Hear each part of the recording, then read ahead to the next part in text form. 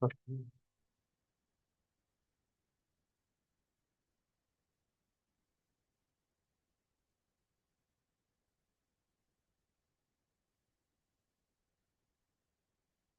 day, dear colleagues.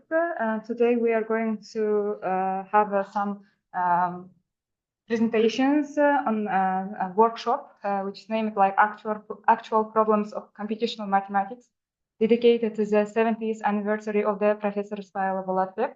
A few words about Professor Spilo Bolatvek after we will give the speech to participants. The Professor under the supervision of the Professor Spilo Bolatvek, two researchers received an academic degree of Doctor of Sciences, and the 4 candidate of sciences, and the 3 received PhD degree, and also nowadays under his supervision 7 PhD students are preparing their theses. And also he's for the years he's a member of the National Scientific Council for the priority of intellectual potential of the country in the field of natural sciences. And he also published more than 190 scientific papers, including 3 monographs. And also he was a winner of Republican contests like a best university teacher and so on. And also he is also he was and he is the principal investigator of projects which are funded by the Minister of the Science and Education of the Republic of Kazakhstan. So now I think we can start. So reglement is around 7-10 minutes. And the first speech it's Yildiz Jandavlet's presentation. After 7-10 minutes, we will ask some questions. And also the dear colleagues who are online, if you have questions, you can also participate. And we ask you to participate and ask some questions. The participants.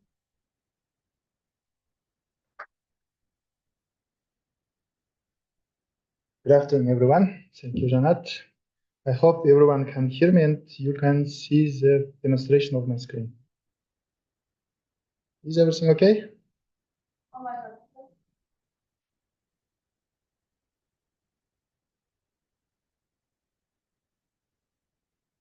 Participants, can you hear me? Yes, we can hear you. Thank you. Thank you. Okay. So, good afternoon, everyone again. I'm pleased to present my research work, a numerical study of water surface movement during the dam break in an L-shaped channel, using the volume of fluid method. My full name is Yildiz Jandavletoglu. Okay, first of all, the given problem because of nowadays extreme global climate change. We have lots of problems with drought and also with floods, and because of that, we have some problems with the managing of water resources. So that's why we have to correctly use this natural river water resources and other water resources. And the best way to use a reservoir. And one of the best way to use the effective reservoir is dams. This construction is widely used in lots of aims. It might be, for example, used for some power generation. It might be used for irrigation and so on. But unfortunately, because of some human problems, or it might be some natural disease, there might be some dam break problems, which might cause a catastrophic consequence for the rest of our regions. So that's why we have to correctly investigate the given problem and give the solution to manage these water resources. One of the most effective way to use the numerical method, because of course experiment will be costly and it might be not effective because of, for example, the sizes and the ranges. So the best way will be, of course, demonstrate to simulate some dam break problems by using some certain packages or using some numerical methods. So in my study, actually, I use Reynolds average Navier-Stokes equation and also some simple transport equation for our phases. Here, as equation number 1, you can see the continuity equation in vector form. As a number 2, you can see the momentum equation. For the 3 dimensions, there will be opened our 3 main velocity components. And the equation number 3 is a simple transport equation where we describe our phases. In my case, it will be air and water. So by the given equations, you can see that U will be our velocity components. F will be the external force. In our case, it will be gravity. P is pressure, and the constants mu and rho is our respective constants, dynamic viscosity and the density. By the He, we denote our phase. So by the index, you can just express it as a volume fraction of air and water. So to capture the free surface correctly by the transportation of our flow, we use the volume of fluid method. So basically, the numerical solution will be considered in using the given method. The given method is very simple because of we will use the simple averaging function, as you can see by number 4 and 5, for our density and dynamic viscosity. So here, by the index, we express our 2 phases. One will be for air, which is the primary phase, and 2 will be for water, which is secondary phase. So the idea came from this. Each grid will consider the, for example, fraction of volume. So if it is equal to 0, it means that grid is empty of that phase. If it is equal to 1, it means that it is full of that phase. But it might be that your fraction will be between 0 and 1. It means that in that grid, we have mixture, so mix between of our 2 phases. So it means that in that grid there will be water and air. So by this simple expression, which we name as a volume of method, we can very accurately capture the movement of our water in an open space. So to solve it, we use a Piso numerical algorithm. It is an improvement algorithm of simple, actually, where we use the steps of character and predictor. So the idea is absolutely the same. So first, of course, you will use set initial and boundary conditions. Then, of course, you will solve discrete momentum equations to predict some values. Then, of course, by using the continuity equation, you will correct this value for pressure especially. Then you will come back to your momentum equation to correct your all your variables. In your case, it will be velocity components and, of course, pressure. Then, of course, you can use the given equations for the solution of our transport equation. In our case, it is phase equation. Then, of course, you will repeat this several times according to the number of iterations. In our case, it will be related to the convergence condition. So you will repeat it from the step number 3. So to actually verify our model, we use this kind of statement for experimental. So here you can see the scheme of our experimental model. So our experimental structure will consist from reservoir with the given sizes. So it will have the depth of water 0.53 meters. And of course, it will be blocked by the gate for our L-shaped channel. Along the channel, as you can see, there will be 6 sensors where you can actually take the water level and then compare with our numerical results, the results of experiment. By the way, the given experiment was done by Gottardi and Minutelli in Italy. So we compare our water level with the experimental results. Here in the given graph, you can see as a red dot is experimental results, and also green solid line is numerical results of Gottardi and Minutelli, and right black solid line is my calculation. So as you can see, everything agrees in a good way, so you can compare. Also, our main aim was the sensors after the bend. So then sensors after the bend, which we denote as a G3 and G6 here demonstrates, also have a good agreement, but there is some deviation, especially you can notice it in sensor G3. It was because of our immediately open of our gate. Yeah, of course, unfortunately, we can't exactly mimic the given boundary condition in our case. So basically, our errors were between 3.36 and 8.79 errors, and also root mean square root errors also is given, as you can see. But overall, we can conclude that actually our numerical method with algorithm captures very well the movement of our free surface. So here we also demonstrate you the behavior of our waves. You can see here we just demonstrated the results of first and fifth seconds of our water waves in the given channel. So the main aim was to demonstrate what kind of behavior we are going to have after the bend. Here you can see we have very sharp bend, and you can notice that at the bend we have some chaotic movements of wave, but in any way it actually predicts the behavior with a comparison of our results with experimental very good. But after 10 seconds, in any way, the water flow will stabilize, and then, of course, it will smoothly transfer to the laminar flow, as you can see.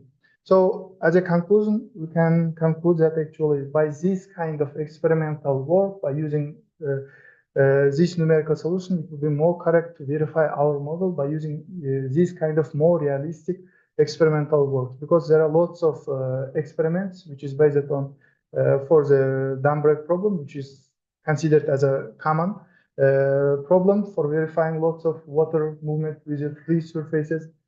And basically, it will be more correct to use this kind of dam break problems with a sharp bends, because it is more closely to our real topography and terrains of real natural rivers and others behaviors, especially it might be in the mountain regions where we have heavy rainfall and also a fast melting of glaciers and so on. And also, I want to add that this kind of using the volume of fluid method, as you notice, it's very simple in usage, but it might help you to, for example, give some information related for the planning of construction and planning of some channels which might be used, or some obstacles to can affect your flow, and also it might be widely used for the transportation of sediments. Okay, thank you for your attention. If you have questions, I will be pleased to answer your questions here.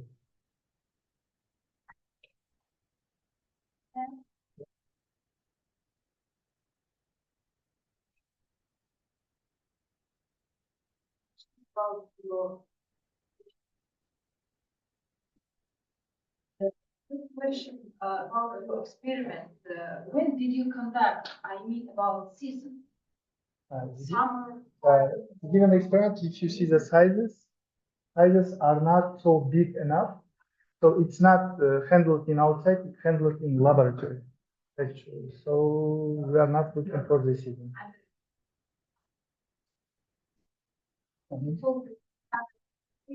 Yeah. In your scheme. Yeah. Yes. Yeah. No.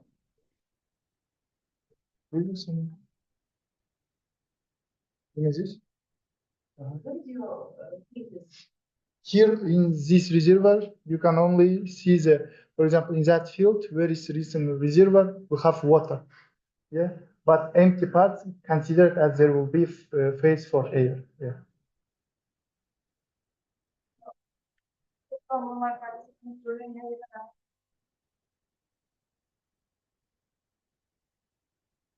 Yeah, Julian. Yes, thank you very much for your presentation. Did you look at the influence of your mesh space and time grids parameter on your results, and how did your solution behave with that compared to your experimental data or the software from the Italians? Yeah, thank you for your question. Yeah, we did the investigation for the mesh independence, but unfortunately I didn't present it here. So here, yeah, I used the results which actually express it as a mesh independent form. There was actually, I used a different kind of mesh, and my mesh was actually unstructured. The size was 0.002. So it was the biggest size of mesh, which is independent. By comparing the different size of meshes, I get this as an independent size for our mesh. Okay, thank you. But unfortunately, yeah, I didn't present it.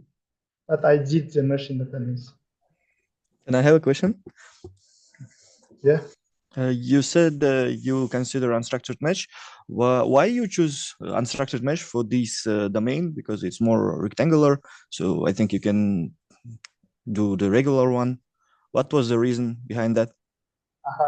Thank you for your question, Sultan. The main reason was because of stability. Yeah, in a rectangular form, yeah, we might have a problem with the stability. So that, for example, my problem is transient. So I wanted to use higher time steps. So to use that was the optimal solution to use unstructured mesh. Because of problem with our stability for structured, I need to choose smaller step size. So this was the main reason. Okay, thank you. Sure. Any other questions? Thank you for your. Thank you.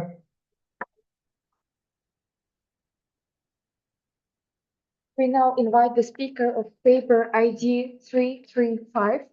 So the next will be paper ID 341. Please be ready. And if you present online, be ready to share your presentation.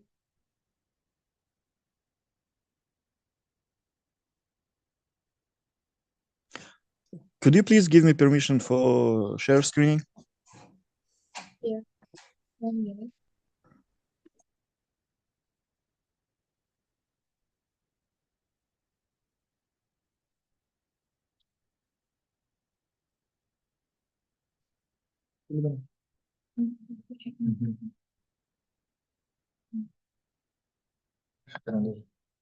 So you can share your presentation. 1 sec. Mhm.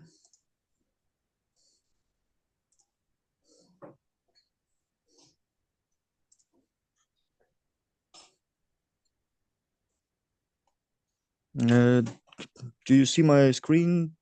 Yes. Okay, thank you. Okay, hello everyone again. Let me present my topic, which is energy efficient shape optimization of building facade in severe continental climates.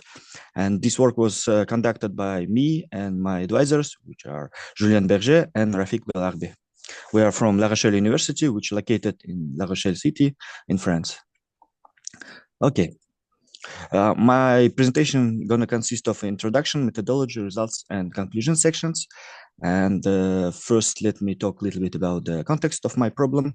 So according to statistics, in Kazakhstan, building industry accounts for 30% of energy consumptions and 40% of greenhouse gas emissions, which is huge. But despite this problem, new and existing buildings usually consist as one-dimensional model.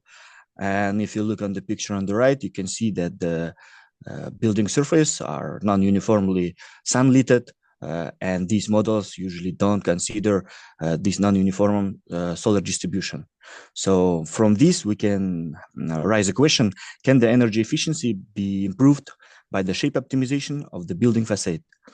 And first, talking about the state of the art of the shape optimization, they mostly divide into two categories, which is continuous and discrete shape optimizations. And in case of continuous, there are many works, for instance, the dynamic relaxation method, or non-uniform rational B-spline surfaces, a joint oriental neural network method, and the level set method, which will be used in this research as well. And regarding the discrete shape optimization, there is also many works. You can see in the bottom, and like a combination of the existing prototypes of the shapes, or building with the facade ribs, which are also predefined shapes for the facade ribs, and urban building layouts, and also some facade panels. But all of that are predefined shapes, and this is the main drawback of this approach. And all these works have main drawbacks, which are they neglect or simplify the heat transfer through the solid walls. Also, they use a lumped approach for the heat balance equation. And as I told you, they have limited attention to the impact of solar radiation. And again, this work seek to answer the question, can the energy efficiency be improved by the shape optimization of the building facade?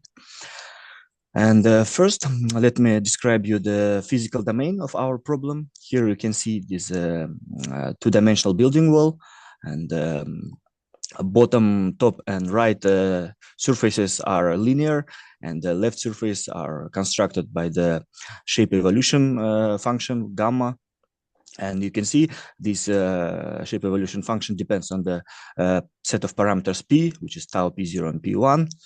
And our physical domain on the left under the outside condition, and on the right under the inside condition. And top and bottom are thermally insulated. And for the shape evolution of the gamma, this shape evolution gamma is governed by the level set equation, which is a transport equation on here, and it has a boundary condition of Neyman type and the initial condition, which is a third equation. For the initial condition, we consider a flat wall scenario, which is a reference case as well. And the shape evolution goes with due to the vector field V, and mainly due to the X component, which consists of the V infinity and W, where V infinity is magnitude of the velocity and W is a shaping function. In our case, it's a hyperbolic tangents equation. And to describe physical phenomena inside the wall, we consider a transient heat transfer equation, which is on the top of the slide. And for the initial condition, we consider linear interpolation between the left and right outside temperatures. And regarding the boundary condition, as I told you, right and left are for the inside and outside conditions. So we consider Robin boundary condition. And if, as you can see, the left boundary condition also has source term, which is the solar radiation, in our case, short wave radiation. And the top and bottom are thermally insulated. That's why we consider Neyman boundary condition equal to 0. And here, for the left boundary condition, you can see that heat transfer coefficient also depends on the velocity of the air and also the height of the building. Here you can see our short wave radiation model. It consists of 3 components, which are the direct flux, diffusive, and reflective flux. They depend on the own shape of the surface, because it can create local shading due to the different surface curvatures, and also it takes into account the shading due to the front building, which can create a shading from the left. And if you look on the GIF on the right, you can see that also our solar radiation changes with the time during the day, so it non-uniformly covers the building surface. Now we can go for dimensionalization procedure, and after simple dimensionalization, you can see that we have several dimensionless coefficients, which are Fourier coefficient and Bayer coefficient as well. For discretization of our main problem, we consider boundary element method, and in the boundary element method, under the dual reciprocity approach, our time derivatives becomes source term in the Poisson equation, and these source term are approximated using the mu approximating functions and the particular solution U hat, where U hat is this function which satisfies the Laplace equation, and R here is the distance between the boundary points on the domain. And then we can multiply our equation by the fundamental solution of Laplace equation and integrate it over our domain, producing the equation on the bottom. Now we can apply Green's second identity for this equation, and after applying this Green's second identity, we get the boundary integral equation in following form on the top of the slide. And here we get the flux terms, which is Q for our temperature, and Q star is for the fundamental solution flux. After discretization of our boundary into several boundary elements, in our case NE boundary elements, we get the following boundary element equation. And here now we can calculate all the integrals, and for the calculation of integrals we consider each boundary element as quadratic type, You can see schematically on the right bottom side of the slide. And after calculation of these integrals, we get this equation into system of linear algebraic equation in following form on the bottom. Here, after applying boundary condition, you can find either temperature or fluxes. In our case, it's temperatures. Now, regarding our design optimization problem, we seek to find a set of parameters which minimize our objective function J, where this objective function is mean temperature on the inside surface, which is on the right, and it multiplies by the coefficient sigma. And here sigma, it's a sign of the difference between the left and right outside temperatures, which means when it's negative, we consider heat transfer augmentation problem. For instance, it could be in winter, where we seek to increase our heat flux inside the building. And opposite, contrary, when it's positive, we consider thermal insulation problem, which could be in summer, for instance, when we seek to minimize our heat flux inside the building. And this optimization procedure conducted under several constraints. First one is area constraint, where the area of our domain should not exceed the reference case. In our case, it's a flat wall scenario. And the second constraint is width constraint, which means our left surface should not overlap our right one. Then we can go for our case study. For the case study, we considered Astana city, which is located in Kazakhstan, and the simulation conducted from 9 hours to 18 for 2 solstice days, which is December 21st and June 21st. And the wall is taking 3 meters high, 30 centimeters width. And for the material of the wall, we consider concrete material, which has a diffusivity coefficient equals to 1.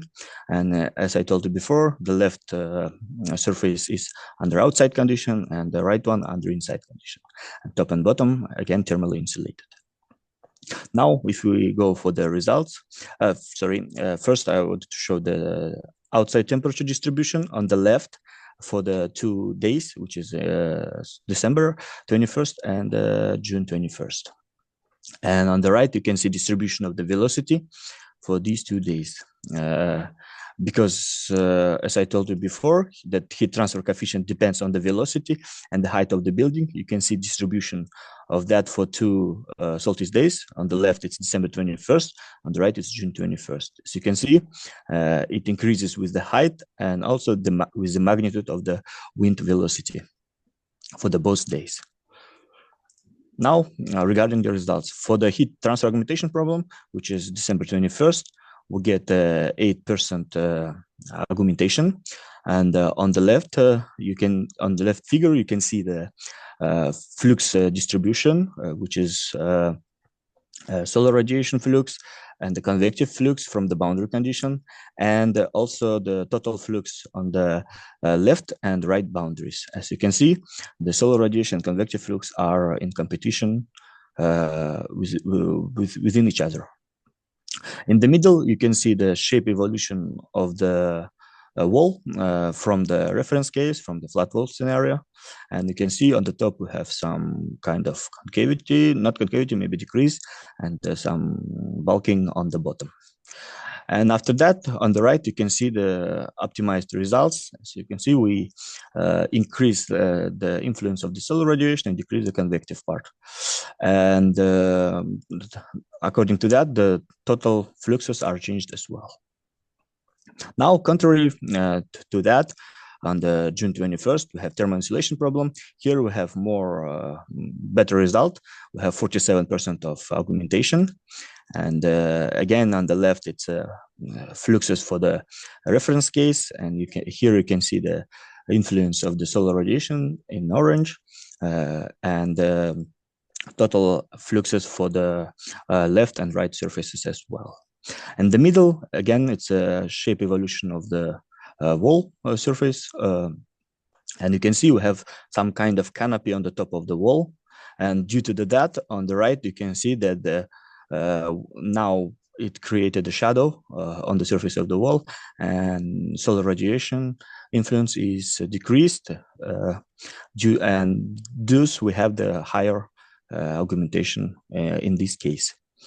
And to conclude these results, we have quite good results for summer case, which is 47%, and also decrease of heat flux by 8% in winter.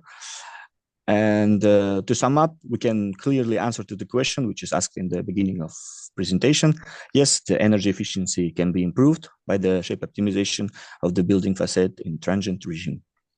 And that's all from me for today. Thank you for your attention. And if you have questions, I will be glad to answer to them.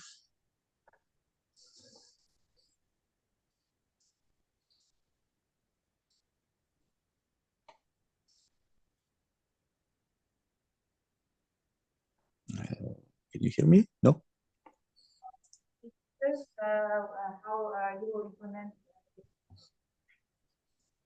how you can extend your problem for 3D case? What will you do? For now, we don't consider this because we have several another goal. First one is to calculate the shape optimization for the whole year, since we cannot change the shape of the wall during the year. So now we want to conduct this research, and maybe in future we will try to increase this problem for three-dimensional case as well. What about the implementation? I mean, like typically in the future, say we have numerical solutions and so on, but how we will do it in real life? First, probably one, it's not a rectangular form. Yeah, it's a construction problem, engineering. So yes. For that, what? Sorry, I have some problem. Like in the real world, when you construct in the construction, how you will build it? There is some works that already show that there is some 3D printers huge 3D printers which can create different shapes of the wall. And but of course you're right, if the wall is like really difficult to construct, it's gonna be engineering problems. So that's why we try to seek like the shaping function not that complex. Thank you very much. Any other questions? No? So if you don't have questions, we thank you very much. Very good presentation. Thank you. Now presenting is the paper 341. So next will be paper ID 385. Please be ready.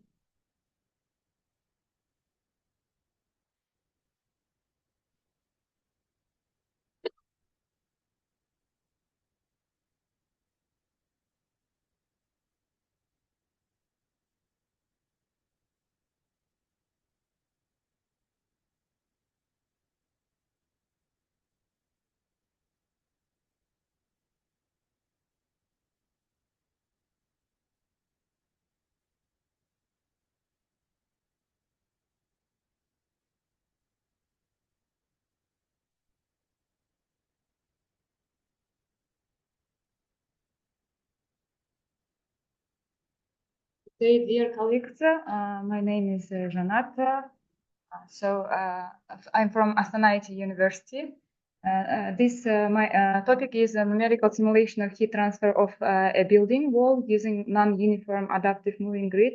This work was done in collaboration with Suelen Gasparian and Julien Berger.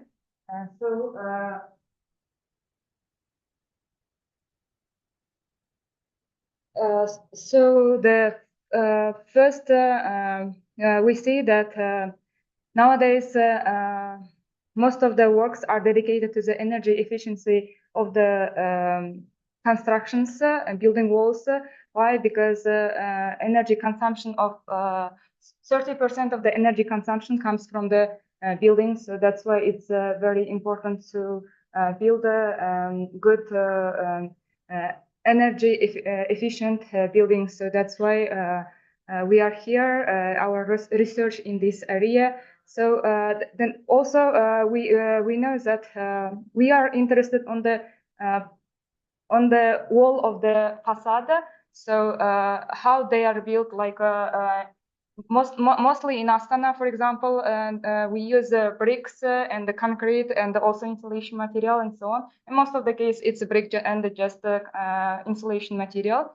And so numerically, so from here comes the question like, what is an efficient numerical model for more accurate predictions of heat transfer process?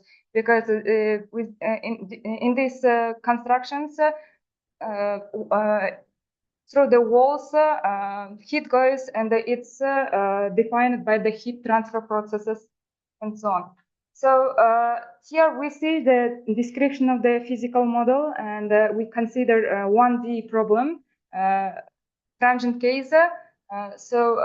Heat transfer problem is given by this formula and with boundary conditions. So we consider 1D problem x from 0 to L, and also we have in the boundary conditions on the outside part, we have a temperature of the air, and also we have a radiation heat flux, and on the right hand side we have a temperature of the room. And also we have an initial condition, which is a temperature by x. Here, as we know that for solving the heat transfer problems, in most of the cases, we just move to the dimensionless form. So here we have a dimensionless form of the given equation, the heat transfer equation. So in general, how we solve it? In general, we know that we can solve it analytically and then we can solve it numerically. So in analytical case, it's good if we have like a smooth boundary conditions, and if we have like a one-dimensional case or just the stationary problems and so on, it's a little bit easier to get the analytical solution, but the real life is not easy world. So that's why boundary conditions are complicated, complex, and the materials also non-linear in our cases, in most of the cases. So, and also we know the transient behaviors and due to multi-dimensionality of our problem. So it's hard to get the analytical solution. And for these cases, most of the researchers gives for us another like a solution, like a numerical solution. We have a lot of numerical solutions with different schemes. So let's say that if we get just the implicit schemes, in most of the cases, we see that our mesh is a fixed one. So and it gives for us a solution with high computational cost. So our aim in this work here to try to implement, get the solution of the heat transfer equation using another method. So in our case, it's Kant method. So we are going to move from a fixed uniform mesh to moving grid. Just saying, like maybe it helps us to solve our problem faster than fixed mesh cases. Okay, so this was the idea of this paper. So that's why here, if you pay attention to the first figure, and you see that image of nodes under the map. So at the beginning, if we had in Q case, the steps are the same sized. So now, after getting the moving to the moving grid, our first node can be still here, but the another node can move to the another place. So it means like we will have a different sized mesh. So how we will move? We will use the composite function, which is given by this formula, and so our dimensionless heat equation formula gets the form like equation, this equation. So where J is the Jacobian of the transformation xq of t. So and if you pay attention to this equation, we see that we have a one. Okay, we have a temperature depends on t, and it depends on x, but we don't know what's the value of x. So how we will find a moving grid, we call it like x depends on q of t. So this moving grid is obtained solving this equation. So with the boundary conditions like these two ones, and where wx of t, it's a we call it like a monitor function. And this coefficients alpha 1, alpha 2, beta 1, beta 2 are positive constants. So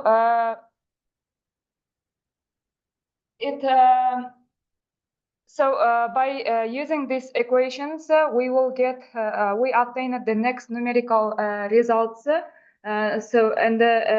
We see the verifications. If you pay attention to this figure A, which is an adaptive moving grid by time.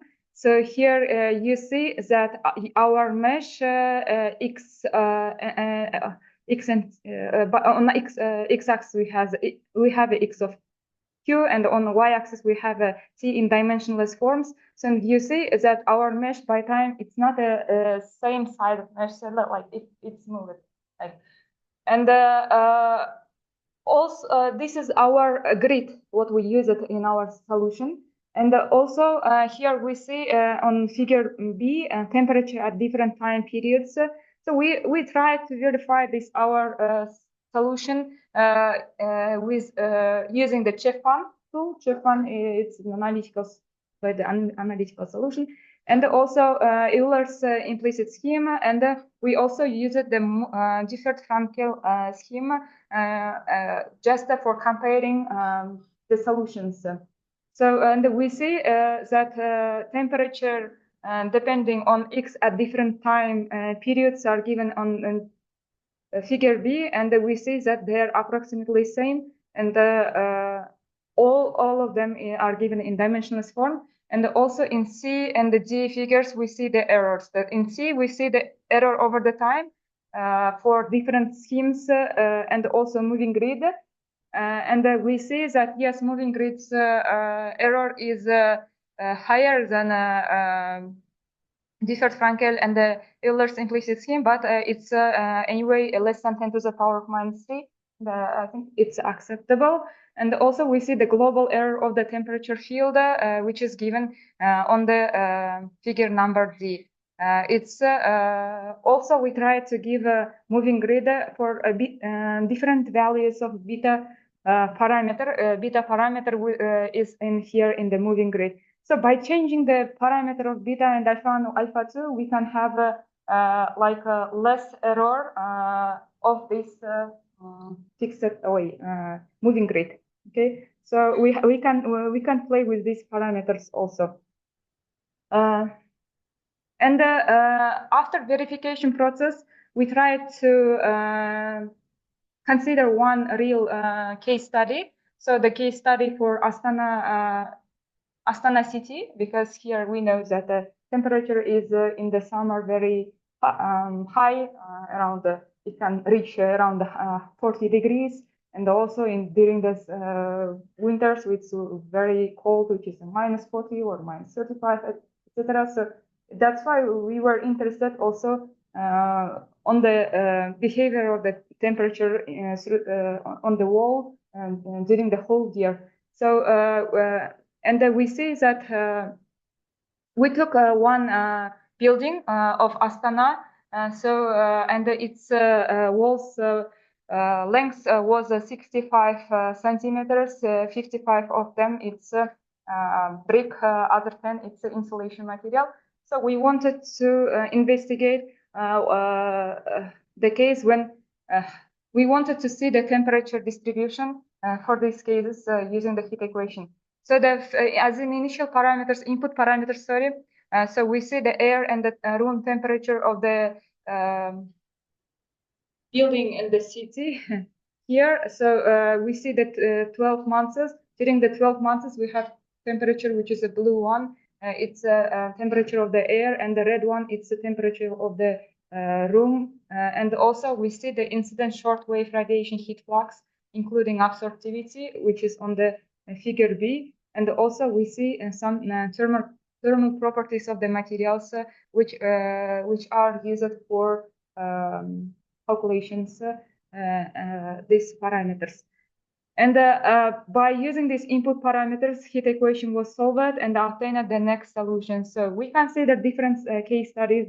In the first case, we tried to solve the heat equation for just the case when we consider our wall like a just brick, wall with a total brick. And we tried to take as in real building 55 centimeter brick and a 10 insulation. And we see in figure number 2, 1 and the 2 layered building walls cases, and a huge difference between non-insulated and insulated case. Of course, it was supposed to have a better heat flux in the insulated case, and we see it. And also we have thermal loads, which is given in figure 2b, which is calculated like an integral of the heat fluxes on the wall for all period. And we see that insulated case thermal load is lower than non-insulated case. And after knowing that, yes, with insulation, our wall is better, so we decided to check what if we put our insulation outside, and what will be changed if we put it outside, and what it will change if we put it inside. So we checked this. We tested the 2 cases, so outside and inside the insulation wall case. So we see that approximately they are similar. Except the first months for in outside the insulation case, we see the higher, bigger value of the thermal loads. And after the next case study was about 2 layered buildings, but different lengths of the insulation. So let's say that first we get 10 centimeters of insulations and 11, 12, and so on till 15 centimeters. And we wanted to check how it will change thermal load, annual heating and cooling transmission loads for inside and outside wall insulations. Sorry, and before it, we see that the 15 centimeter of insulation and the 10 centimeter of insulation gives for us difference. After it, we started to check how it changes with different lengths. And so you see, from this research, we see that the outside walls insulation, outside insulated wall gives for us a higher value of thermal load than inside the insulation case. And what are the conclusions? If you remember at the beginning, we asked the question like, what is an efficient numerical model for more accurate predictions of heat transfer processes? And with our research, we advise to choose the Kant method. It's applied, and we see that at the main part of this research, sorry, I forgot here in Kant method, we use the less number of special nodes. Okay, so it helps us to calculate it faster, and so it helps us to give the solution, as we saw that in the verification part, error with less than 10 to the power of -3, but in less time. Okay, so that's why we suggest that its accuracy is maintained despite a smaller number of nodes, and also different. We saw the different real case studies, and they were investigated, and we can use this method for solving maybe optimization problems in the future. And also we can extend this approach for 2D cases and so on. So, and thank you for your attention. Here there are some references what were used in our research. And if you have any questions, you can ask questions. Yes. I have a question. Okay. Can I ask? Or Yes, you can ask. Are you planning in future to validate your results with, I don't know, maybe experiment work? Yes, yes. If we experimental, you mean like if I will use it for solving some inverse or optimization problem or what? No, like constructing the wall. You said you in future you were planning to go to two-dimensional case. I suppose it's due to the, like I said, non-uniform distribution of the solar radiation on the surface of the wall. So you're gonna do optimization of the insulation domain, as I understand, yeah, in Yes. future. Yes. And then after that, are you planning to validate your results or not? Yes, we are going to validate first step in my mind how I see it. So we just solved the heat equation direct problem. We checked this method that it calculates it faster for 1D case. After we are going to improve, we extend it to 2D case after to go to the optimization problems. And like thinking, it should help us to decrease the computational cost of our problems. Okay, thank you. It's really nice work. Good luck. Thank you, sir. Yes.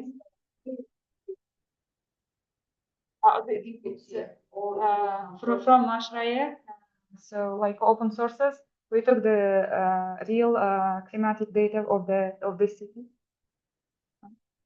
Yeah, question. Sorry, I have one more question. How you did the computation of the solar radiation? Solar radiations computation, like in previous work, we you mean Q of T? Yes, Please? yes. This source term in your boundary condition. Yeah, it was calculated by the person who solves who works with the 2D cases. Okay, thank you. Any other questions? If no, so thank you very much. The floor is given to the speaker of paper ID 385. The next will be paper 387. Please be ready to share your presentation.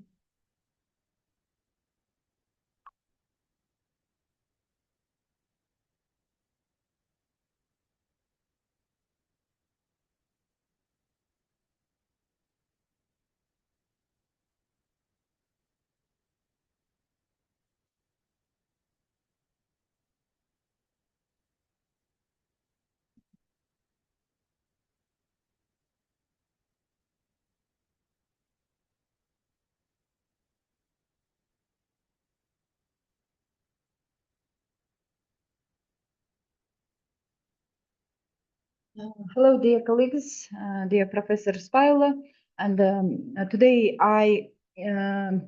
we investigate the research about analytical solution of the steady state heat equation in the polar coordinates for multi-layer soils. And the authors of this study, this paper is me, Satabaldina Aygulnur Muhambetovna, and my colleague, Dras Ayjan Jumabayqızı. Of course, the main supervisor of my work is Professor Spilo Bolavbek. We are from Almaty, Kazakhstan, International IT University. So, it doesn't.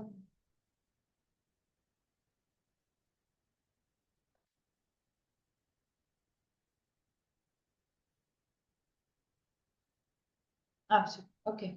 By the agenda, I will introduce you with the formulation of the problem. Then we talk about analytical solution of this problem, and take numerical results, and talk about experimental data, and of course, they conclude our presentation. So, by the formulation of the problem, as you see, we considered the stationary process for heat conduction.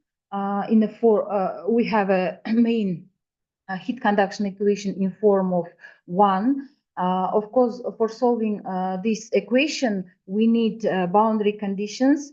We used the Dirichlet condition for R0. Then we used the Robbins Robin's condition for R3 in form of 5, and of course we have a contact conditions at points R1 and R2. Before talking about the periodicity, let's take attention in area where we are working. As you see, we have a multi-layer soil, and it was conducted physical experiment. I will talk about them in next slides. So as you see here, we have a 3-layer rings. In that cases, we need the periodicity condition for phi argument in form of 6. That's why we are solving this problem. Analytical solution of the problem. For solving this problem, we are using the method of separation by variables, here we substitute our main function t of r and phi by product of radial and the angle components. And we assume after substituting first equation by using 7, we are taking the 8th equation, and by assuming that product of radial and the angle component isn't 0, we can divide our 8th equation and take 2 independent equations where we have some separately arguments as phi and r. And now in next time we are solving these 2 problems. First one is the angular component. As you remember, we first we are starting from right side, yes, and here we got some differential equation in form of 9, and for phi argument for constructing some classical formulation of the boundary value problem, we are using the periodicity condition, and for phi for angular components it was rewritten as 10. So then we have some easy solution for our differential equation number 9. We have next these characteristic equations, and after solving this characteristic equation for mu, we are taking next root, and the general solution of our first problem, angular component, is this one. But now let's use the periodicity condition, and we understand that periodicity condition works only when lambda is n. What I mean here, n belongs to set of integers. In that cases, we can rewrite our general solution where on place of lambda we are using n. So 11 is a general solution for angular component. Next. In next time we are working with radial function or radial components of our problem.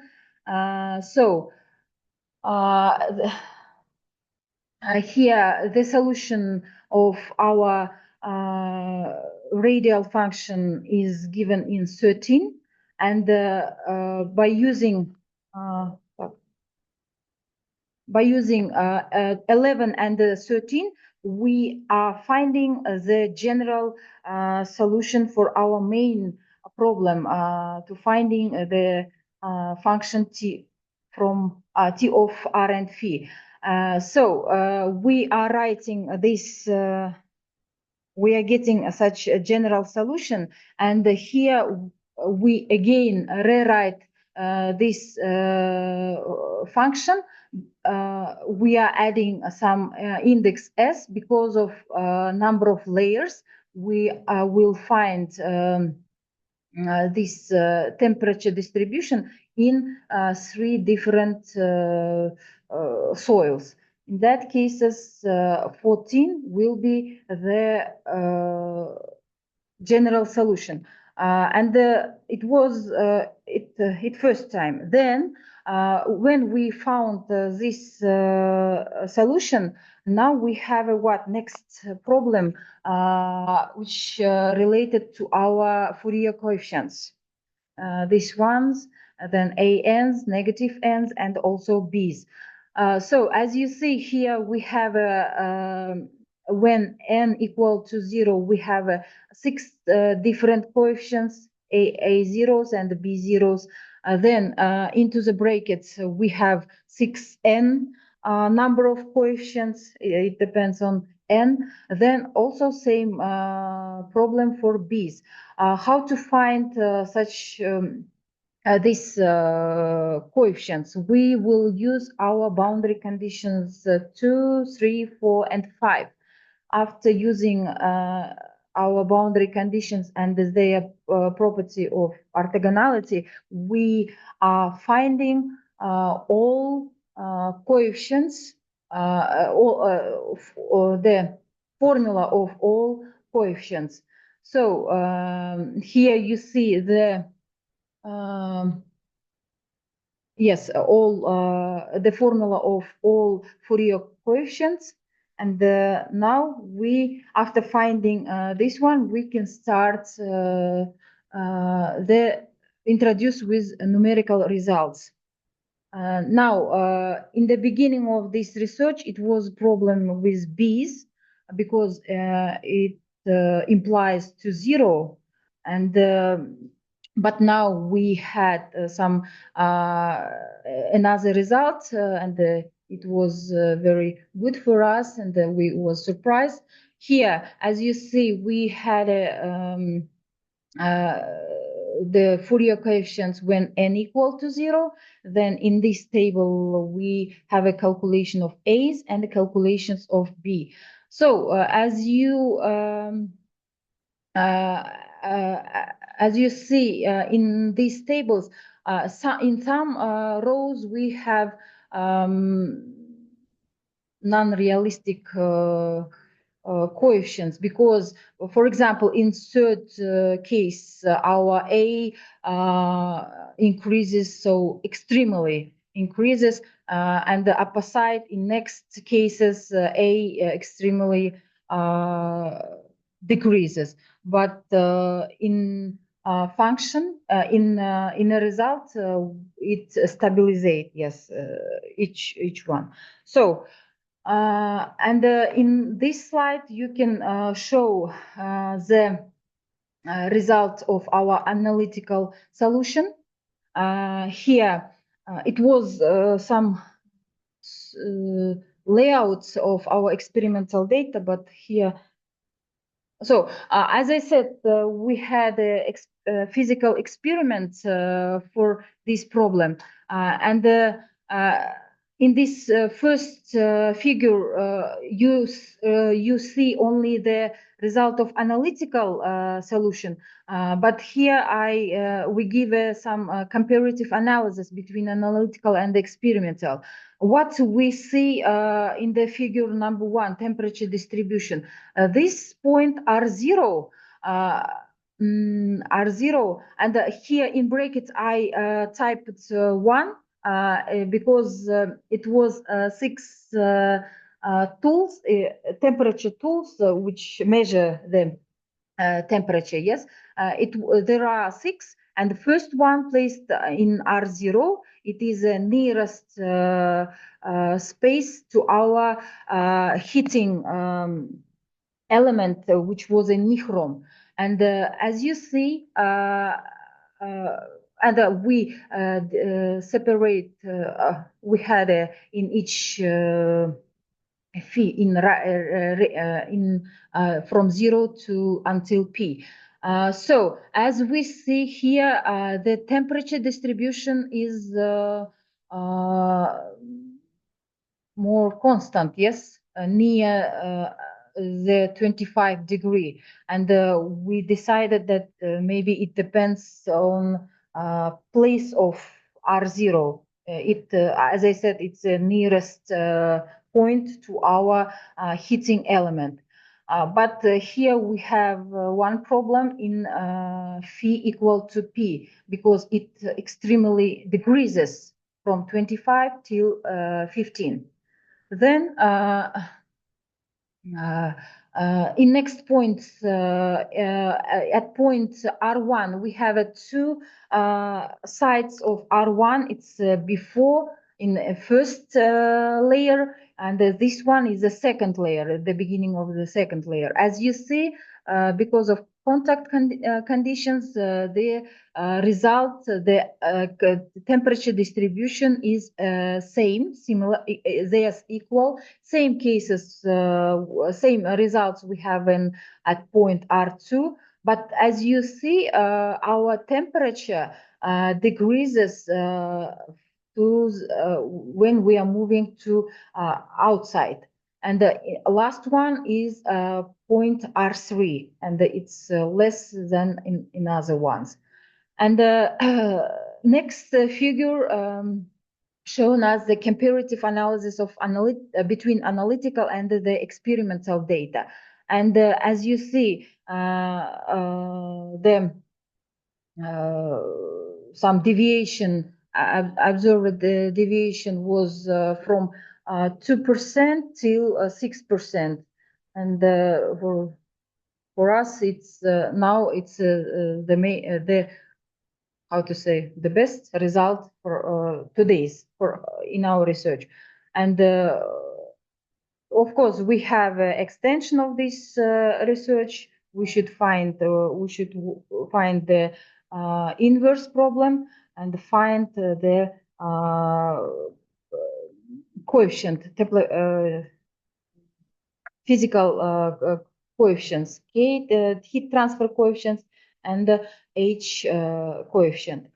So here we have some parts or some screenshots from our experimental data. I said that we conducted physical experiment about 398 days, and we recorded temperature distribution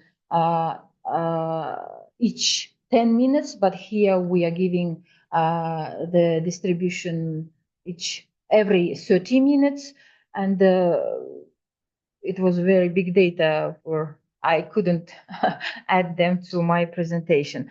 So in the conclusion, what we want to say, this problem has the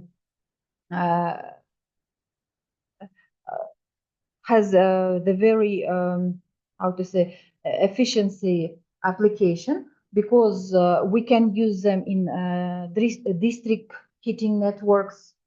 Then we can modify this model for district heating networks or for agriculture sector problems, and it can be modified for any problem where we have a different layer of oils and so on. So thank you for your attention. If you have any question, I'm ready to answer. Thank you. I have a question. Can you hear me? Yes, yes, you can. Are you planning to go for transient case in future? Of course, because it's a part of my PhD thesis. Now it's a beginning, and we are planning to Great. extend them. Okay. Yes. As far as I know, the transient solution for analytical method is going to be really difficult. You planning to do it analytically or going for numerical methods? I think numerical. Okay, great. It's my opinion, but it depends on a vision of my supervisor and my. Okay, I understand. Okay, Yes, thank future you. opportunities. Good Okay, luck thank you. with your research. Thank you. It was a nice Thank you. presentation. Mhm. Any questions?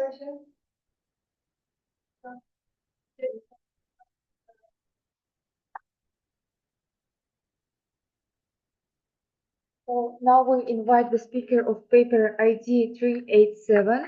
You can share your presentation, so after which we will have a coffee break.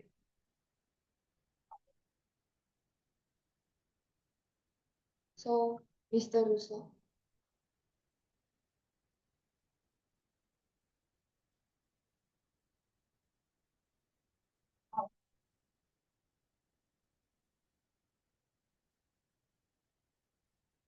Good afternoon. Are you hear me?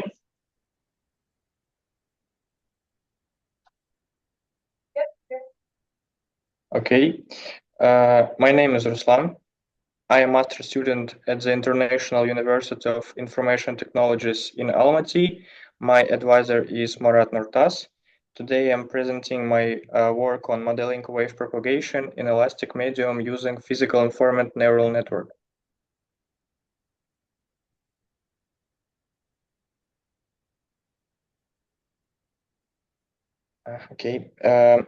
The modeling of seismic and acoustic wave propagation is highly relevant for mineral exploration, material diagnostics, and structural monitoring.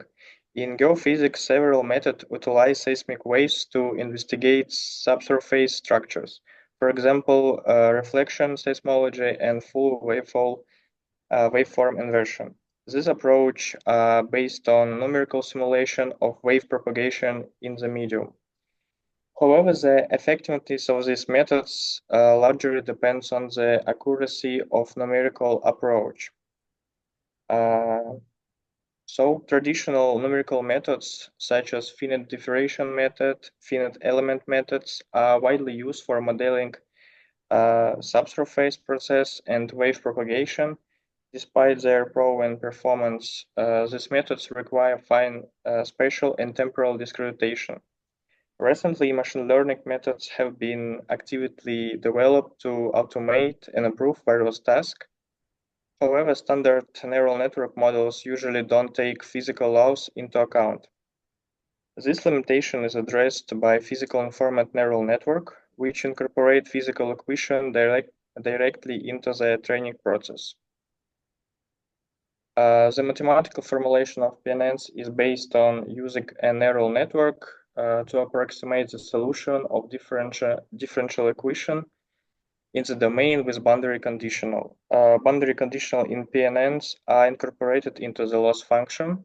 The loss function in PNNs is a key element that ensures the integration of physical laws and data. On the slide, a general example of the final loss function where the components of the loss are indicated, the equation loss, boundary loss, loss of the training data, and the corresponding coefficients lambda. Okay, in our project, we solve the system of motion equation for a two-dimensional elastic medium, taking into account the medium's parameters, velocity, stress, and external forces. When modeling seismic wave propagation, the computational domain is limited. Improper absorption of waves at artificial boundaries can distort the wave field and reduce prediction accuracy. To address this, absorbing boundary conditional were included in the loss function according to the equation on the slide to suppress reflection wave at the domain boundaries. Architecture of PNN model. The model consists of 3 subnetworks, each responsible for a specific physical parameter, displacement, velocity, and stress. Derivatives for the equation are calculated automatically, increasing the solution accuracy, and activation function is hyperbolic tangent.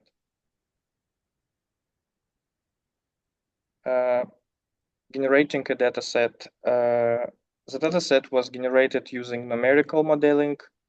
The domain expanded from minus 20,000 to 20,000 in the x directional and 0 to 40,000 in the y direction. The time intervals range from 0 to 100 milliseconds.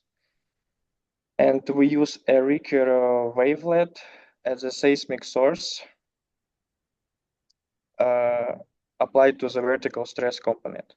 You can see on the slide 3D model of the distribution of points in space on this, and the 3D visualization of the wave source, Ricker wavelet. Training. Training was carried out into stages using ADAM Optimizer and LBFGS for fine-tuning. In total, 20,000 iterations were performed in Yandex Datasphere. The final loss function consists on several components, each corresponding to a specific physical constraint. Each component was assigned a weight coefficient to balance its contribution during optimization. The weight values were chosen empirically. For interrupting, can you please turn on your camera? It's like a requirement of the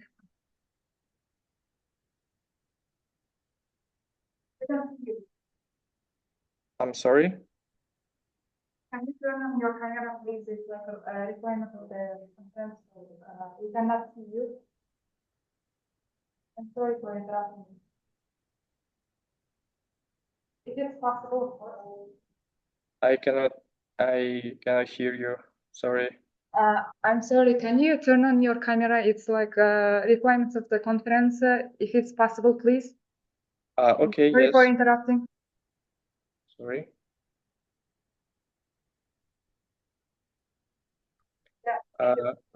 Okay, results. Evolution spread of stress. At one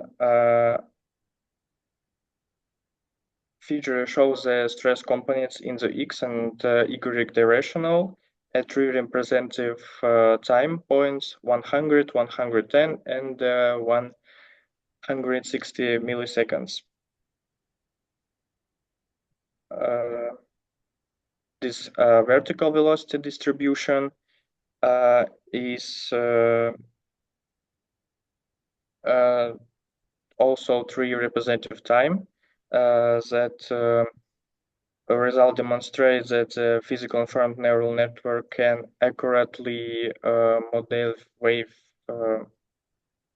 propagation and adhere to physical principles, showing its potential for complex seismic modeling.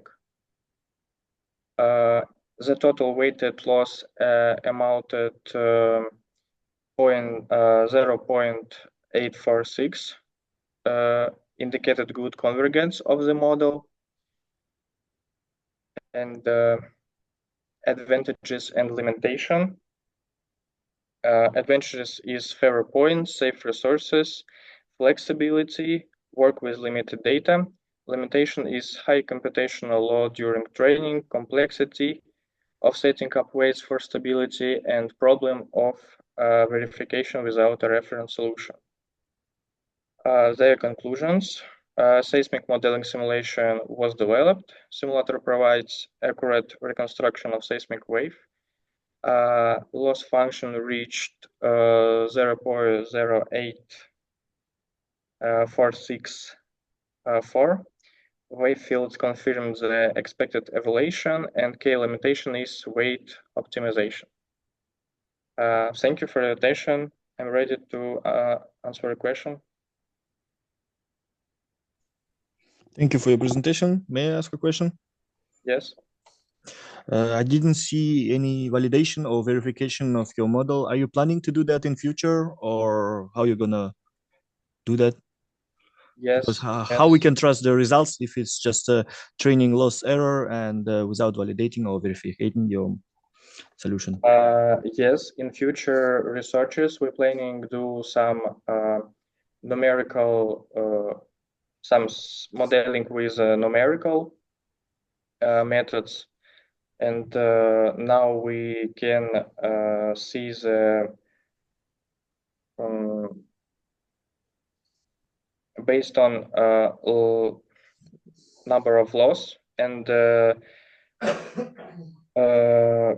visualizations that demonstrate symmetry, wavefront, propagation patterns. We can trust we can say that these methods can be can modulate the wave propagation. Okay. And regarding the data for your training, did you use already solved or you solved by yourself with other numerical method? You mean generating data set? Yes. Uh, Did you use someone's solutions or it was your work? yes, it's a solution according to literature review. Okay, okay. Thank you. Thank you. Other? One question, one more. Hey, good afternoon, Ruslan. I have one more question for you. Can you explain the choice of choosing tangent function as your activation function? Are you planning to try to use other activation functions for your neural networks? If I understand correctly, why I use hyperbolic tangents? Yeah. Because hyperbolic tangents also it's according literature view that in first is the main article about PNN, Raisi and all. They use tangents, hyperbolic tangents in its PNNs. So I just use this too, and tangent hyperbolic very useful in this case because it's smoothest and give us stability during the training. Okay, thank you. Yes. Hello, everyone. As one of the author, may I answer as for this question? Yes. My name is Marat. Thank you for this interesting today's conference. And for shortly, why we use it is hyperbolic tangents, which is it is very useful to reduce the number of neurons. Simplify gives the architecture of the neural networks. Yes, so it is one of the reasons to choose a hyperbolic tangents function in this reason. And the second, for the question from Dr. Sultan, it means where we use it for our data set as actual value for this preferring the architecture of the physics informed neural networks. There is a there is no analytical solution. We use it just as a data set for the numerical results as the activation value for this problem. Says numerical results preferred as a given data set, and after and they use it for the training of our PINN model. Okay, understood. Thank you, Marat. Thank you. Okay, we don't have questions, so we thank you, Ruslan, very much. So good talk, and so thank you for participating. And so now we will have a 30-minute break of coffee break, and after it we will meet again here. And then we have four talks after the coffee break time. So see you after 30 minutes.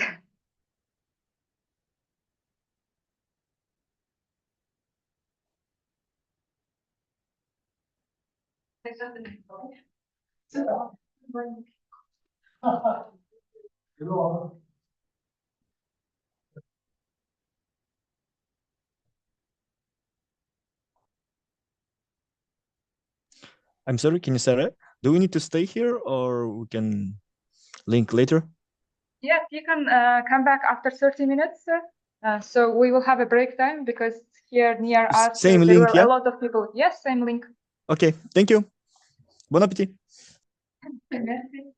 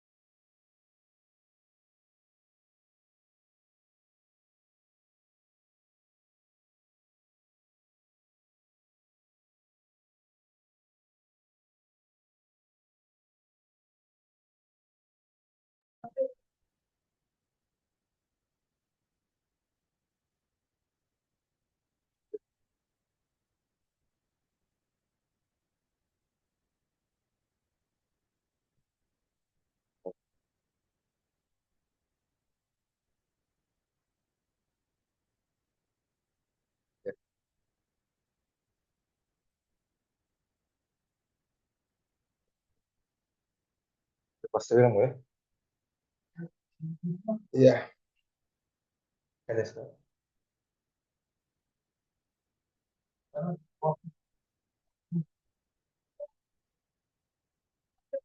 Dear participants, we are starting our presentation. Now the paper ID 433 is presenting now. So the paper with ID 434, please be ready. Hello. Hello, hello everyone. My name is Asuba Azamat, and my advisor is Rafael Bolakbek. My work about it is the inverse problem, the heat transfer in anisotropic bodies. I work in IT, International IT University from Almaty.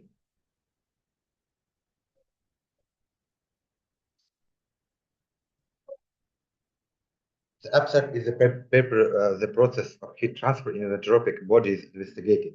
The mathematical modeling of heat transfer in an anisotropic body contains mixed partial derivative of the second order. And this means that well-known methods of separating variables is not applicable in this case. And this fact requires of the research to create a new approach of solving the process of heat transfer of anisotropic bodies. In the multidimensional case, in this paper, using an exact solution to one developed that approximates the heat conduction characteristic of two-dimensional anisotropic bodies. We work with two-dimensional anisotropic bodies. For this purpose, an experimental setup is measured at the boundary region in the studied area, using the measured temperature values and accurate solution of heat transfer in an anisotropic body is being developed. This paper present of experimental setup the measures the temperature at the boundary of the study area. 3 live wood uses the object of research. When heating the thermal state of bodies in conduction of complex heat exchange is significant, we have some problems because area is anisotropic and we have some problems. This is due to the flow factors. Thermal conductivity and permeability in such bodies are described by tensors, which ensure modeling multidimensional problems.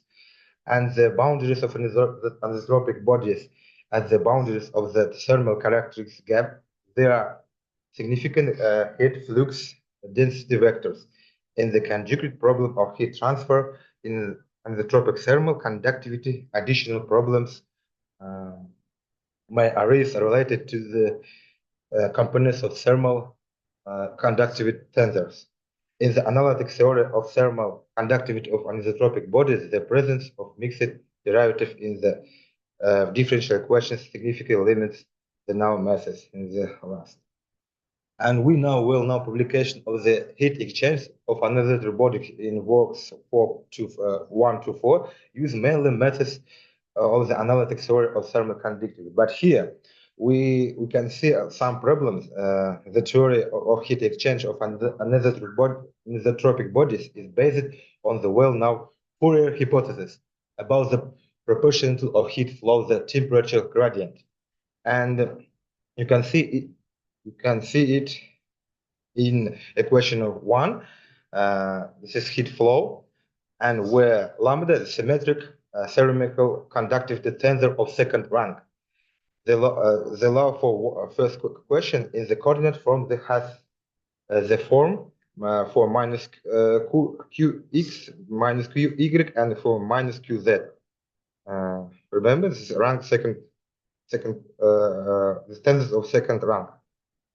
This is the question. This is the question 2. And boundary condition of the problems of heat exchange of anisotropic bodies are formulated in the form of balance relation using the first-second principles of thermodynamics. For the initial boundary value problem of thermal conductivity in two-dimensional anisotropic plate. In figure 1, this is calculated scheme. And we have a question, our question. And we have a question with boundary conditions and with initial conditions, and we work for parameter y, and you can see how change is it. And we have analytical solution was obtained in work, and our function tx or our function t with parameter x, y, and t will be equal to the integral sum equals to integral with functional phi1 and phi2. And functional phi1, this is functional series, you can see, and functional phi2, this is two functional series. And of course, this is k squared for when if you want to find our coefficient k, m, q, we should know what is it lambda. And the general part, my work, this is of course this is experiment. I conduct experiment. You can here there are where I find lambda 1, 1, lambda 1, 2, and lambda 1, 3. Here in picture you can see this is anisotropic bodies, consists of three different anisotropic bodies. Here in light blue color, this is humidity sensors, and dark blue corner, this is temperature sensors, and red corner, this is owning for heating, owning for heat. And here you can around 12 and or 30 temperature sensors and 6 humidity sensors. And owning for heating works is one side. This is really photo for my laboratory. I can say this manufacture of 3-layer test benches from anisotropic materials of 3 types of wood with dimensions of 16 millimeters, 18 millimeters, 120 millimeters. And you can see this is this is temperature sensors, and and you can see a big, this is humidity sensors. Right here. This is a real photo from my laboratory. And next, anisotropic bodies consists of 3 different bodies, of course, and there too light color says humidity sensors, dark blue temperature sensors, and owning for heating. Owning for heating works from 2 sides. You can see here, and this is a real photo from my laboratory, and it was this anisotropic materials, manufactured anisotropic materials of 3 types of various composite materials measuring and 60 millimeter, 200 millimeter, 500 millimeter, and you can see an owning for heating work from 2 sides, here, from here, and from here. This is owning. This is owning for heating, where owning for heating is working. Owning for heating is working, and my last figure. This is production of 3-layer test benches from anisotropic materials of 3 types of cylindrical form. Dimensions 300 millimeter. And you can see humidity sensors, light blue sensor, light blue color, and temperature sensor, dark blue color, and owning for heating in here, in the middle, owning for heating. You can see this is a real photo from my laboratory. temperature sensors, humidity sensors, and owning for heater. This is, you can see here, owning for heating. Okay. And the conclusion, a three-layer anisotropic volumetric body was created, and the temperature changes were measured as the assessable boundary of the region. Using the measured temperature limits and the accurate solution of heat transfer in my study area, an iterative method is being developed. You can see this reference. Thank you for attention. If you have a question, you can ask. Do you have questions? Can you hear me? Yes, I have some question. Hello? Yes, I can hear. I hear. Did you do the analysis of your time duration of your experiment, like to make it more optimum? I don't know, like using the optimum criteria, something like this. Yes, I wanna do analysis. My period was from around 3 months, with 3 months, around 88 days. And I have a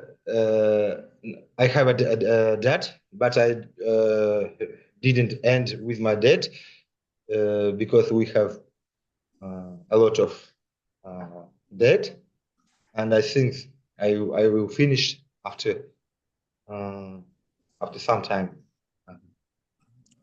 Okay, and another question, similar to previous one. What was the reason behind choosing the position of the experimental, I mean, the device for the taking the temperature? Sensor, I mean, sensor, sorry, I forgot the word. The sensor position. Yes. Position. Yes, okay. For example, here, you can see 1, 2, 3, 4, 5, 6 position, yes? And I located this position in boundary. You can see here. This is in center given temperature. This first position, and I know what the temperature here, and I know what temperature in and second boundary for first materials, for example. And second sensor and third sensor, I should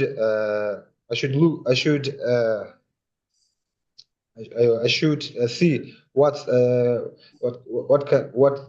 temperature in 0.6, for example, in 0.3, and I couldn't take place some temperature sensor because we have problem with money. Yes. Okay, I see. Suggestion for the future, if you talk with maybe Ainagul Jumabekova or Julien Berger, they have several good works with for the searching the optimal experiment observation time or like sensor position. It would be good to add in your research. I think, just suggestion. Thank you. Mm-hmm.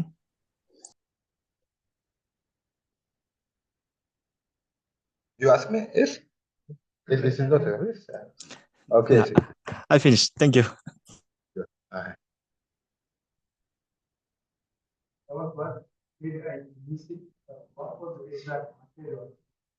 That material. This is material. 1 minute. OVAC, bridge, and this is first OVAC and bridge and spruce. Yes. Three different materials.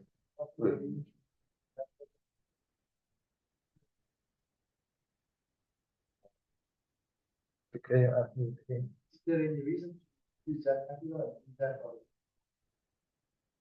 Reason.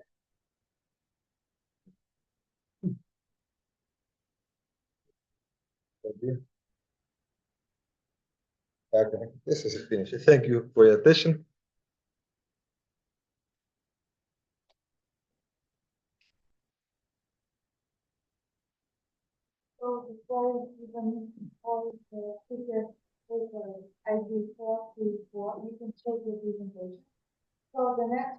present paper ID 435. Can you hear me? Yes, we can. Thank you.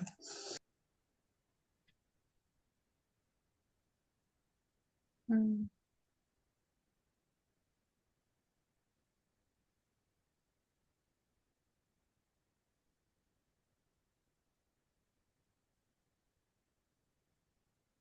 Can you see my my screen? Yes. Hi to everyone. Hi to everyone. I'm really sorry for the quality of my video because it's something wrong with my camera after some screen impairment. My name is Aimjan. I'm PhD candidate from Alfred Kazakh National University. My PhD supervisor is Professor Egor Pekrasbayev from Astana University. Aimjan, sorry, could you go for the full screen mode, please, if it's possible? Because I see only your PowerPoint. Some problem? I see only your PowerPoint, not full screen. Hello? The slides are small. Now, is it okay now? Still your PowerPoint, no presenting mode. Oh, really? Let me fix it. Let me make this one.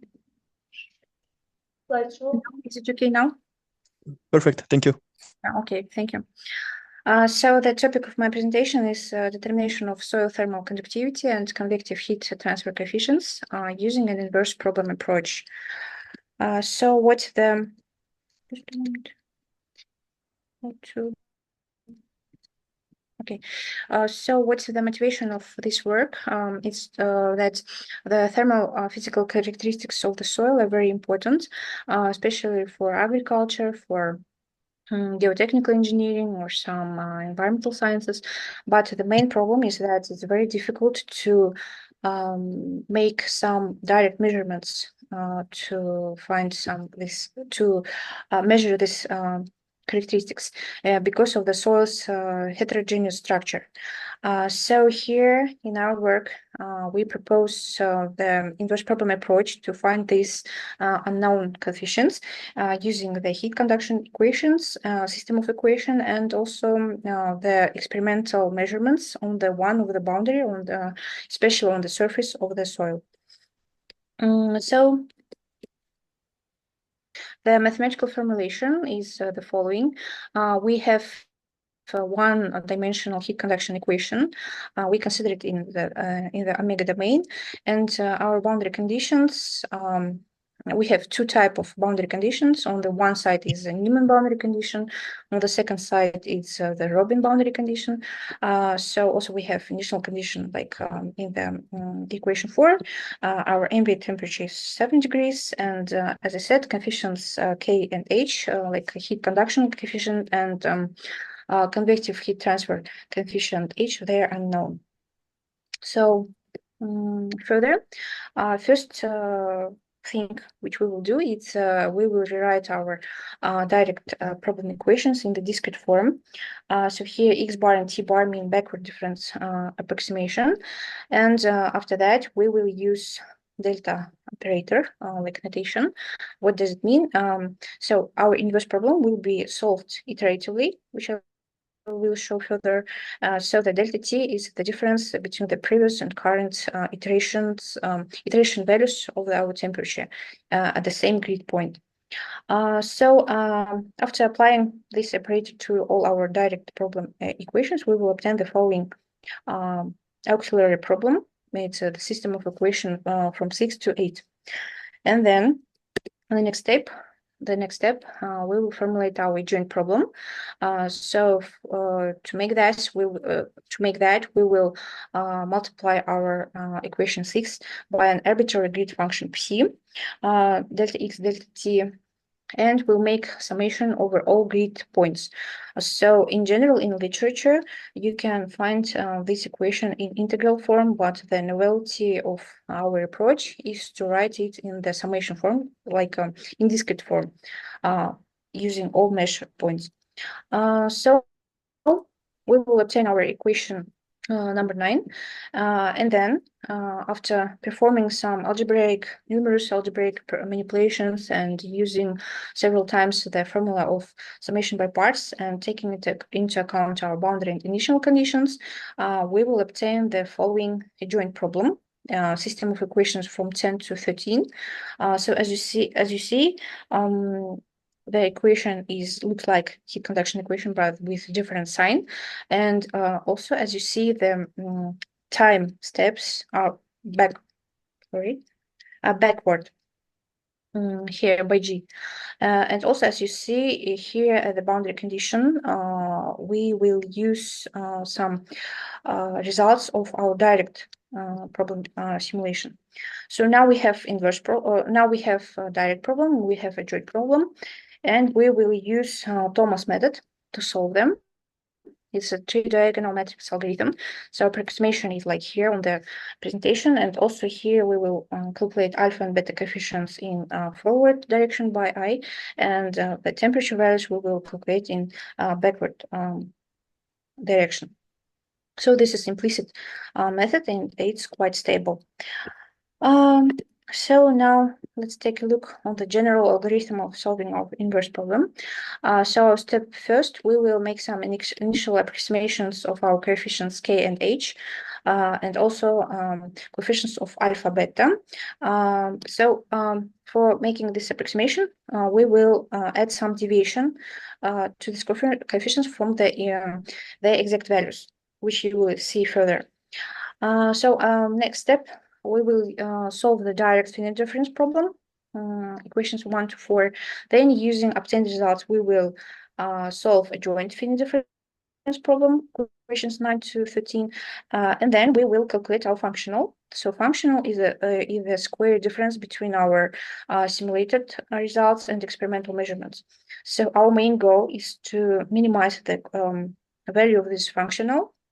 And for that, we will use gradient optimization method, gradient descent method. So the following step is we will calculate delta K and delta H. It's like steps which we will use to update our K and H on each iteration.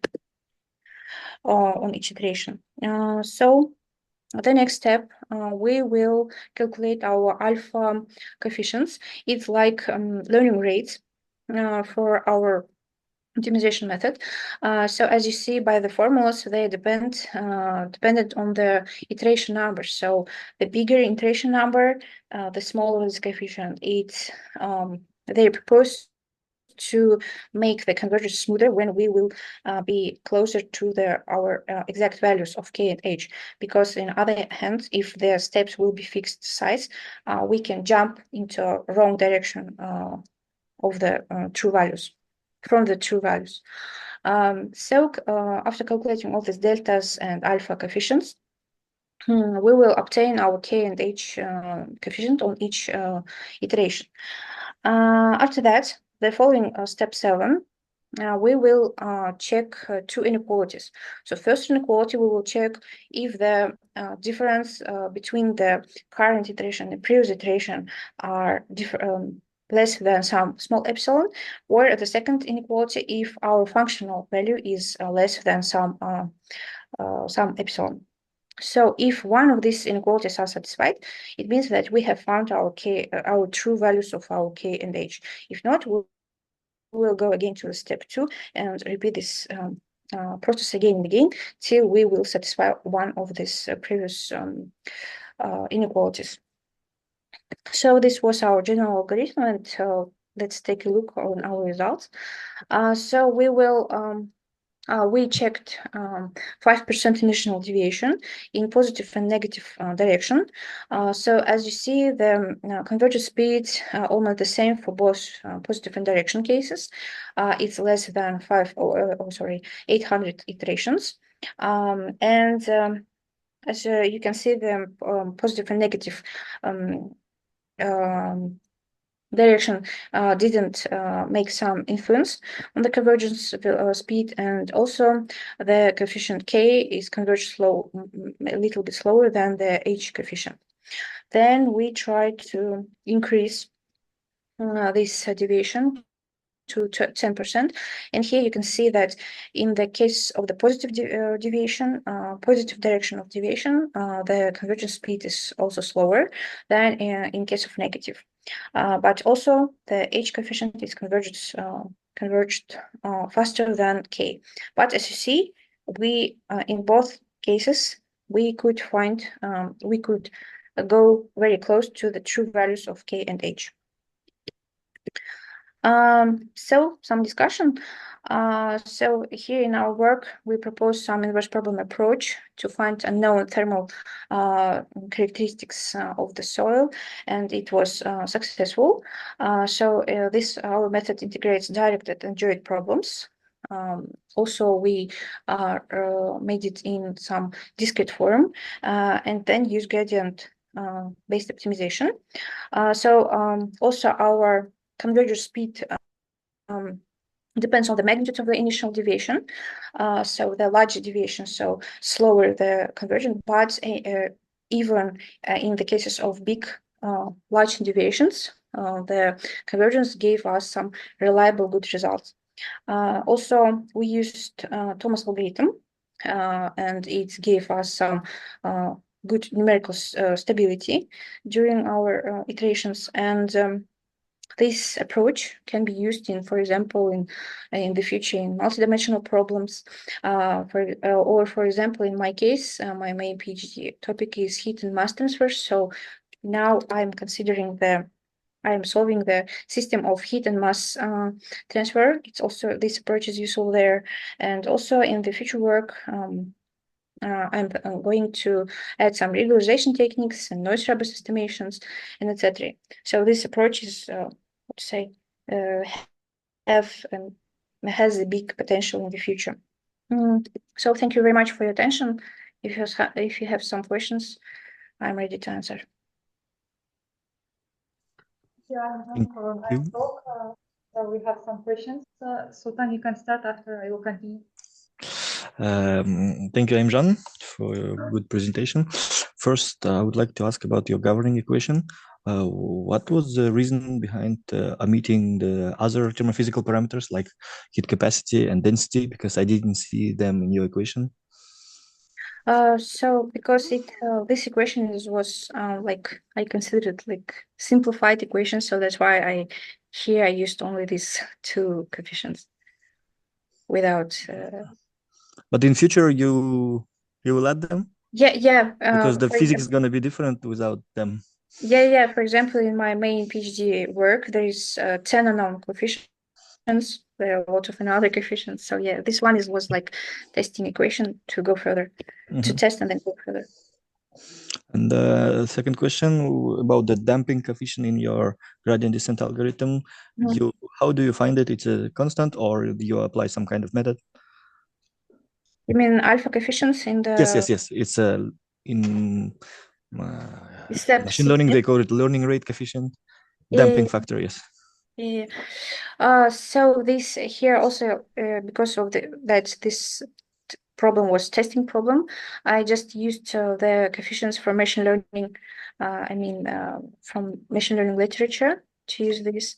But nowadays in big PhD topic, I'm trying to use another different methodologies to find this, to determine these coefficients. Okay, thank you. Thank you for the question. Can I ask one more question? So here you in step 4, you have a formula T experimental. And the experimental, you mean like real experiments or simulated temperature? Oh, thank you very much for the question, because yes, I forgot to notice this. So in this case, instead of experimental measurements, I used some synthetical results.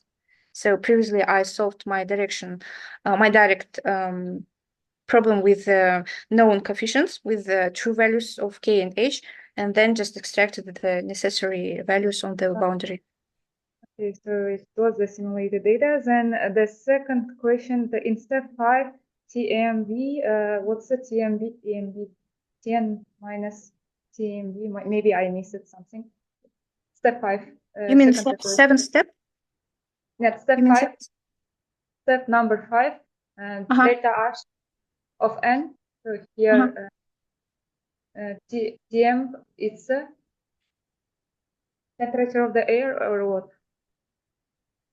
It's ambient temperature. It's 7 degrees as was previously, because it's it's used for the Robin boundary condition, and also this boundary condition depends on the interaction with the ambient temperature for where we used the H coefficient, the convective heat transfer. So it's equal to 7 degrees. Okay, then one more. 2 questions. And in your results, you have, can you go to the results? You said like you spend the number of iteration and obtained some, can you go to the graphs, please? This one? Yes. So here, what's the error between the exact value of K and your obtained solution? Like, did you calculate it? Yeah, so unfortunately, I forgot to add this to the graphs. So I calculated the relative error between this between the calculated and exact value. So when I calculated them, they didn't how to say there wasn't bigger than 3%.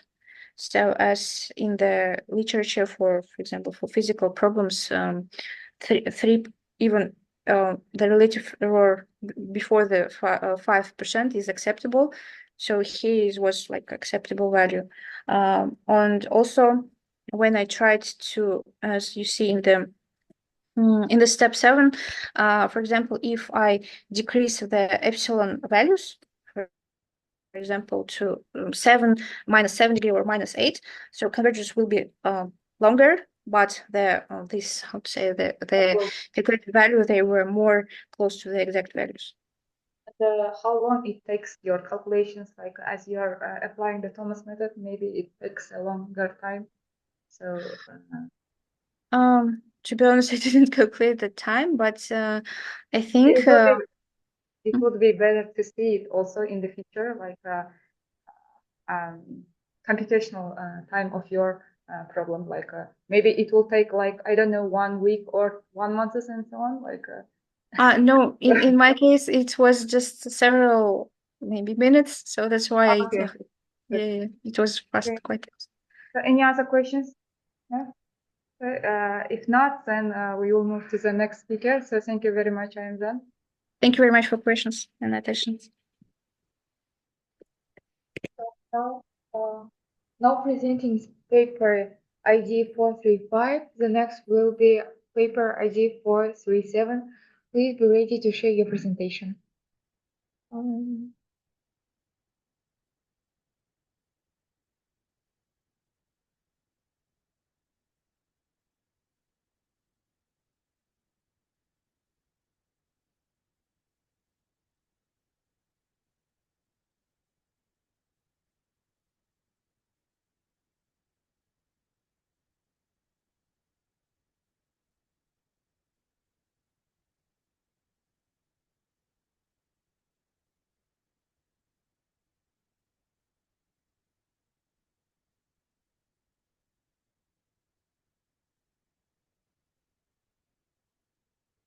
Good afternoon, dear participants.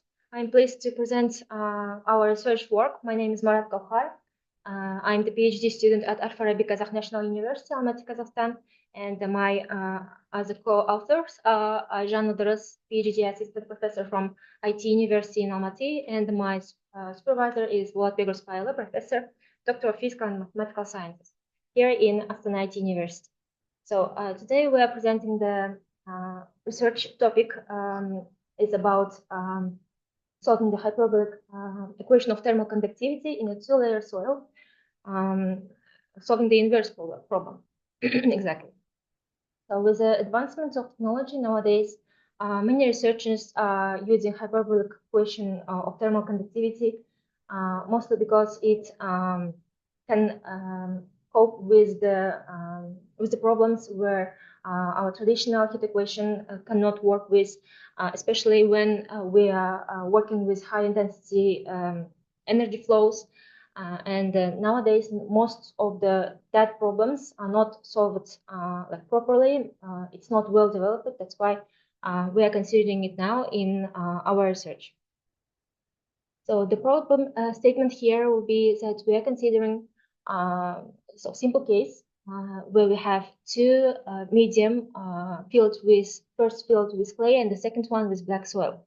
And here, as you can see in this illustration, we conduct an experiment afterwards where we will have to compute the temperature distribution at different positions. As you can see here, we have 6 sensors from the scheme, which will consider, which will track the temperature here.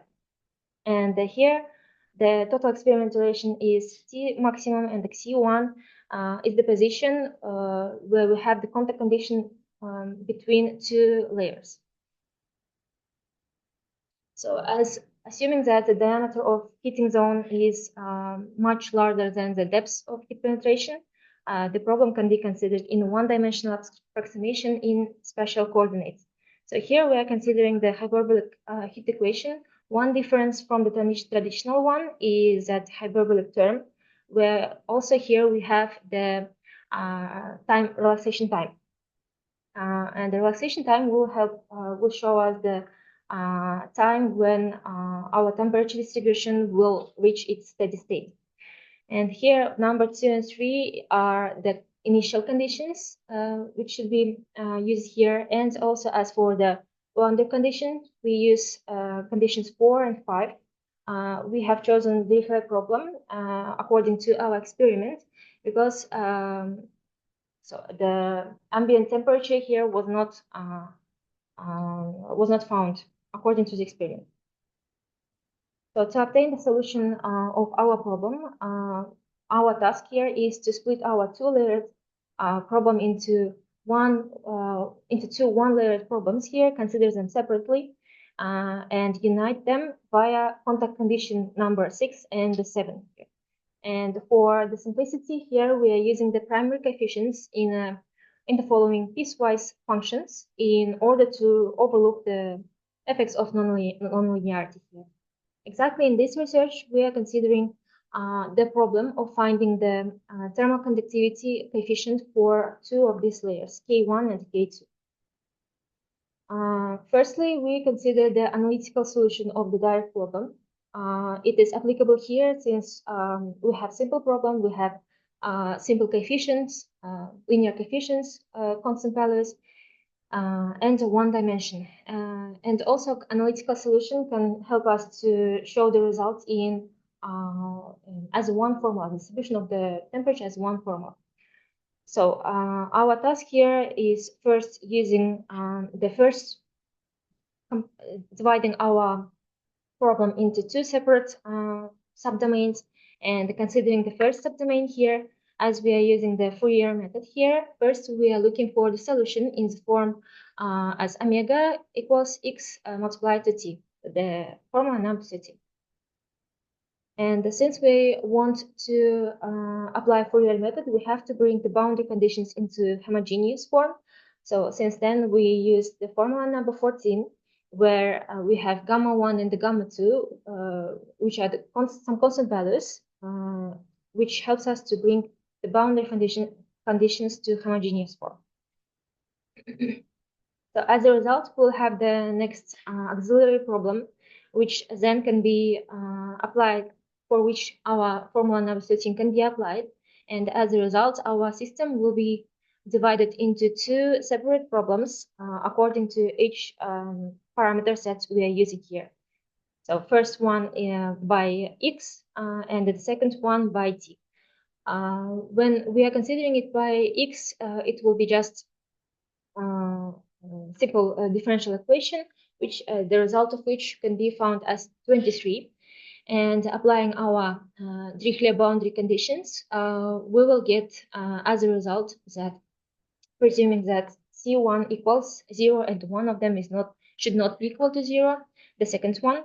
So the result can be represented as equation number 24, where lambda n here our corresponding eigenvalues of our eigenfunctions. So after which we turn to the second part of our system, where we will have second order differential equation number 25. And as a result, here we will get the three cases for the result for our solution. When our discriminant is greater than 0, when it's equal to 0, and it's less than 0. So as a result, we will get the solution number 26.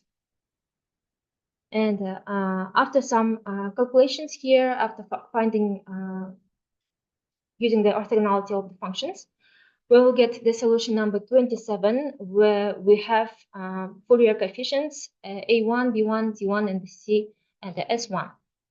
The same approach will be used for the second layer of our problem. And so after getting the result of the analytical solution, we also try to solve our problem with numerical methods, like explicit methods and implicit methods. Here we use Difford-Frankel method, and also implicit Thomas algorithm to solve our problem. After once the type problem is solved, we proceed to algorithm of finding the our coefficients, our unknown coefficients here. So our task here is to minimize the following functional number 36, where Tm is our experimental data results, and theta here is the solution which we get from our analytical solution. We minimize the loss function with Newton methods, but here we can. It's also possible to use other optimization methods to solve it. And we try to use different stopping criteria here, 20, 38, and 39. Epsilon 1 and 2 are predefined accuracy thresholds here. So as for the experiment here, the experiment is conducted using two containers, conducted with united with contact condition here. And as you can see here, there is the mesh between two containers, which lets the heat flow and does not interfere with it. Each of these containers is 15 centimeter long, and the temperature is detected by the sensors every 10 minutes.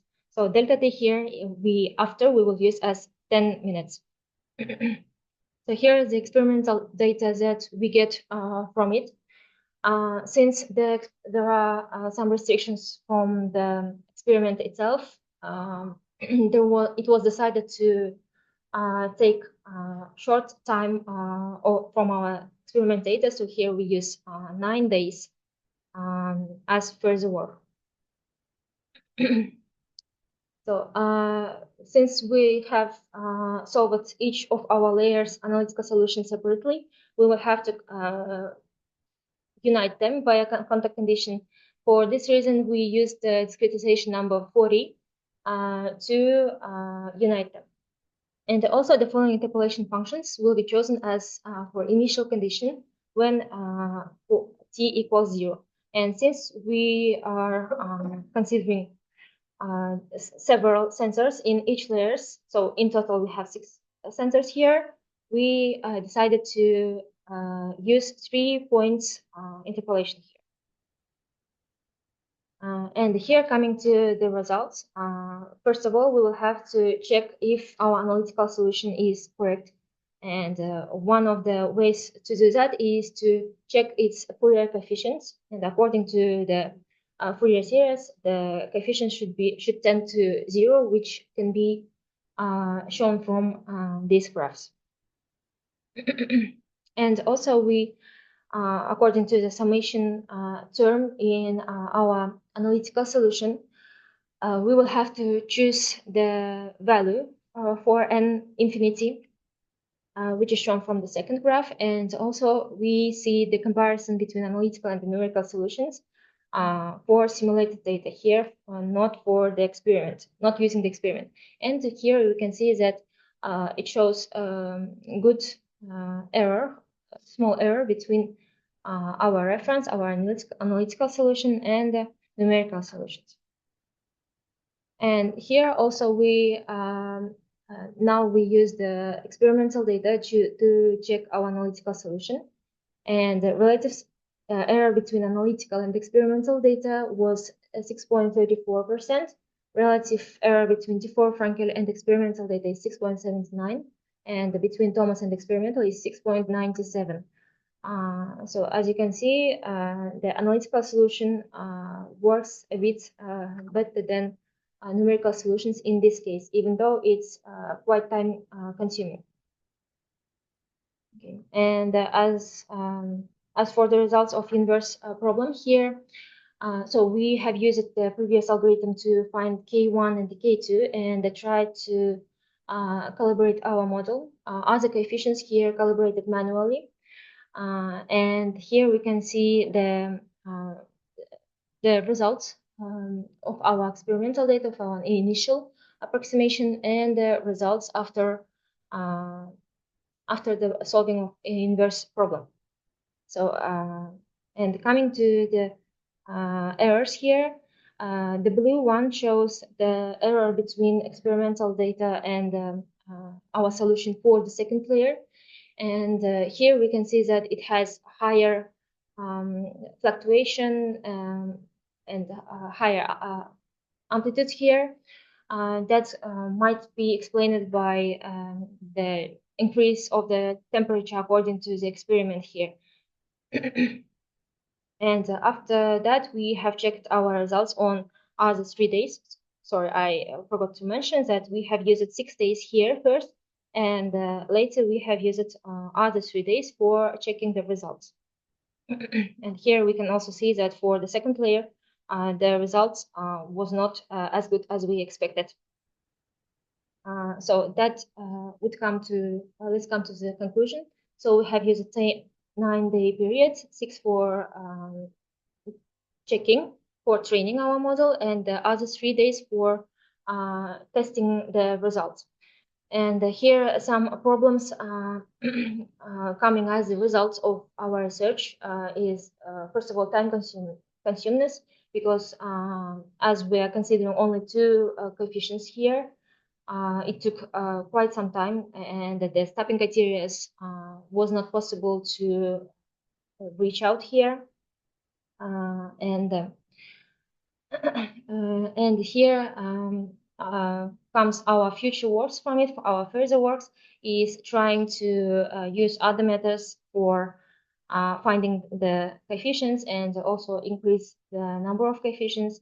And also one thing to take out from this research is that hyperbolic heat equation can also be used here for using the small relaxation time value here.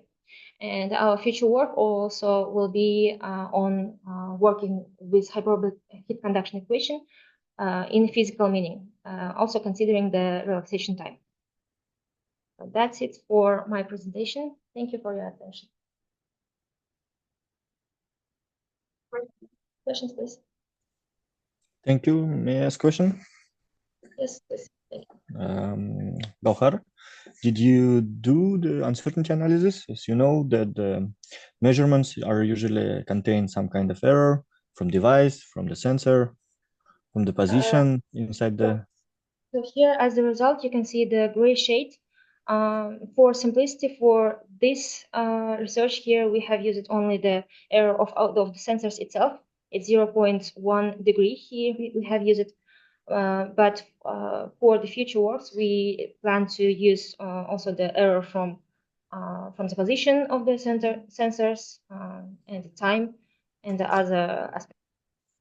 Yes, it would be nice because maybe you've already like close enough inside the uncertainty area of this experiment data, because who knows, maybe you're already good enough. So doing this, yes, here we just try to simplify it. Okay, and I have another more question. Can you go to your governing model, because I didn't understand, maybe I missed the point, the A coefficient y squared. sorry. This A1 coefficient. Why it's squared? It's just the designation like that. A squared equals K divided by C rho. But why you make it squared? Just interesting. Maybe, of course, you can do whatever you want. Just curiosity. So this is diffusion coefficient, right? If I'm not mistaken here. Yep. To be honest, I have used the designations that I have seen from the literature, from the books, for this case, but it's not calculated in this form here. So this is just for simplification, but we will. Okay. Just a style. Yeah. Okay, I understand. Thank you. Very nice work. Have a good luck for future, and I hope you'll defend your thesis. Thank you very much. I also have a question on the validation.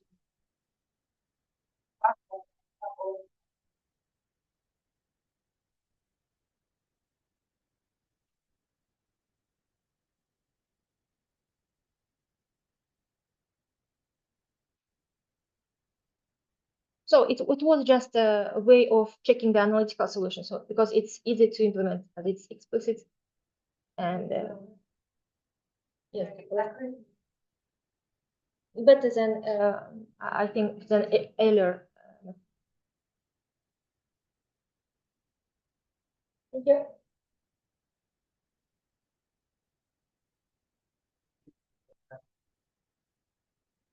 Yes. Yeah, question. What speaker of today? Our workshop. So now the floor is given for the presentation of paper ID 437.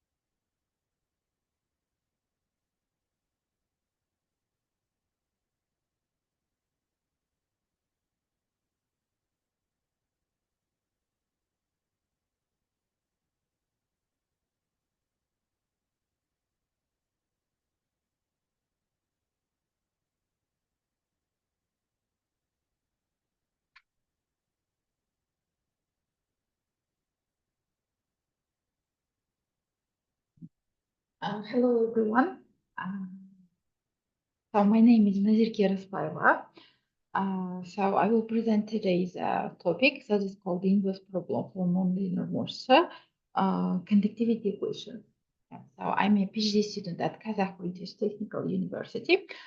This is result. I will present today some results of my PhD dissertation.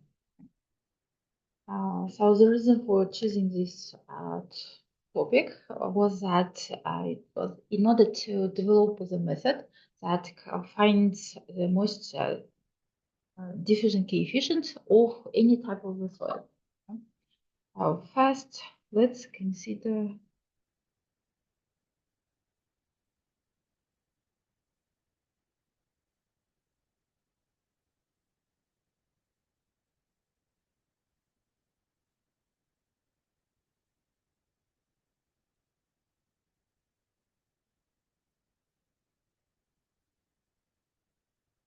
Okay, let's first consider the problem statement.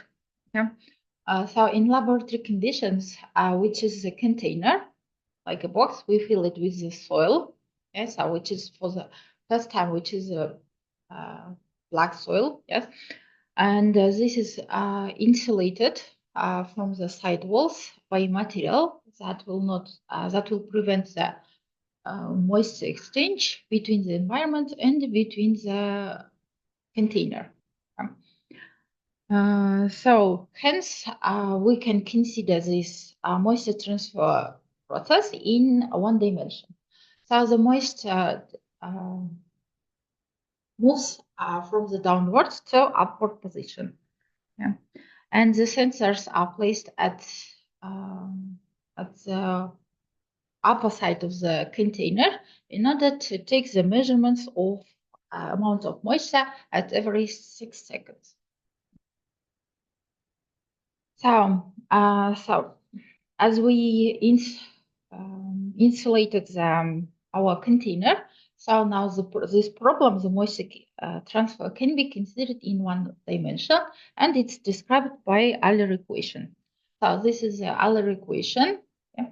Here the W is the amount of the moisture, and D here is the nonlinear moisture diffusion coefficient. And A here is Euler coefficient.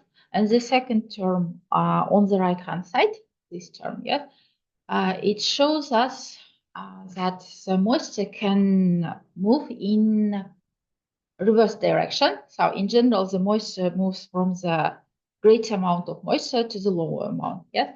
But by experiment, it was proved that the moisture also can move from the lower moisture amount to the greater moisture amount. So the second term, okay, takes into account this occurrence.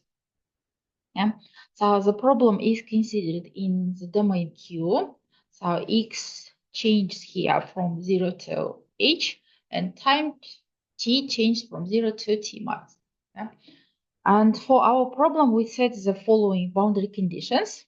Yeah. So at the bottom of the container, we set the Dirichlet conditions that there is a no moisture flux.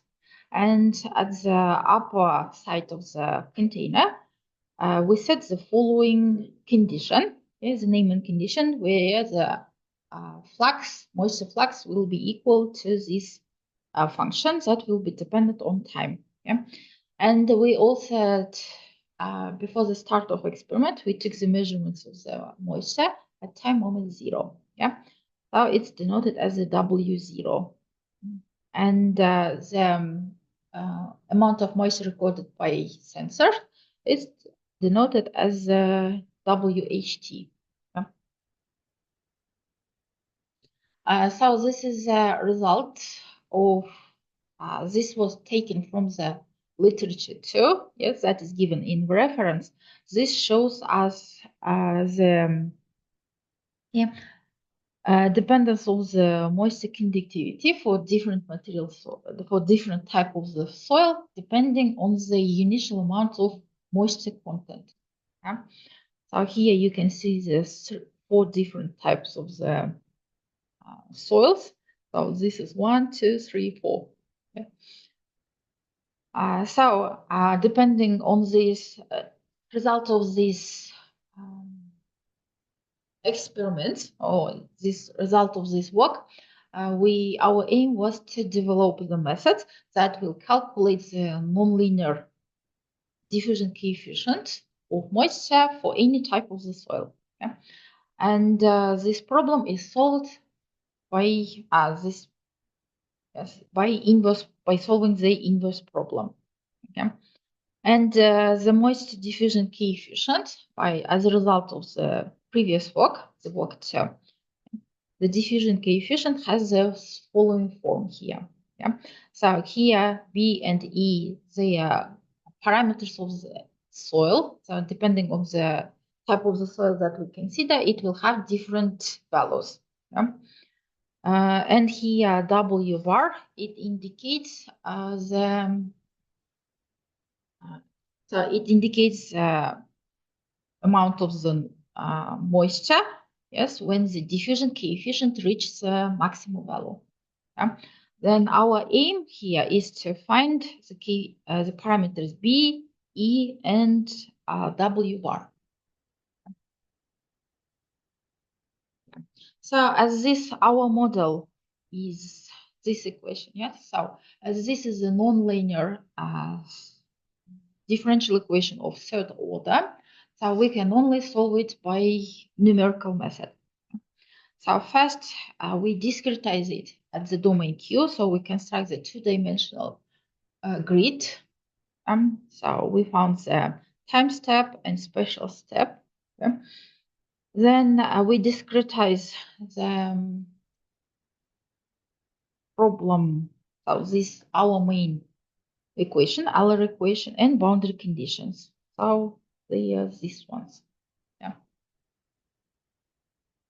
Yeah.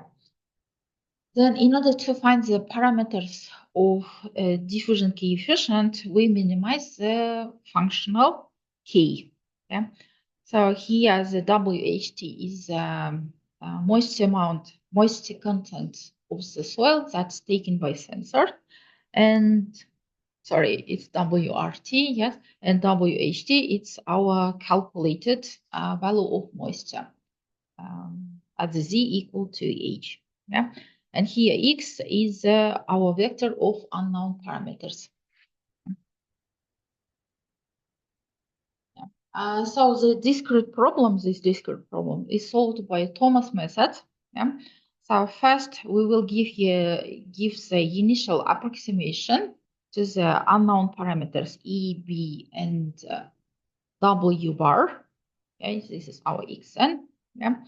Then by solving the direct problem, okay, we will find the values of W at the grid, okay, at the nodes of the grid, and at the boundary Z equal to H.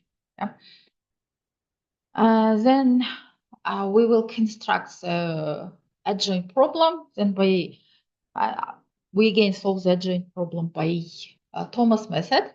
Then solution of the adjoint problem and direct problems they used in order in calculation formulas. So this is our calculation formula for finding the next approximation of unknown parameters. So here we use the damping coefficient eta. So this damping coefficient is found by the R method. Okay? In order for our problem to have the convergence, okay, so we obtained exponential convergence. So we use the gradient descent method. Okay, so as a result of when we found the damping coefficient, okay, by our method, so we obtained these three theorems.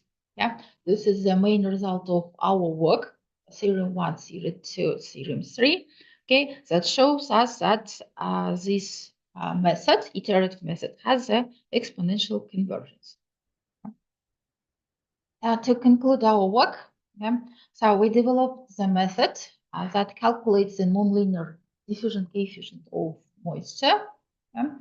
So it was found by numerical method. So by solving the inverse problem.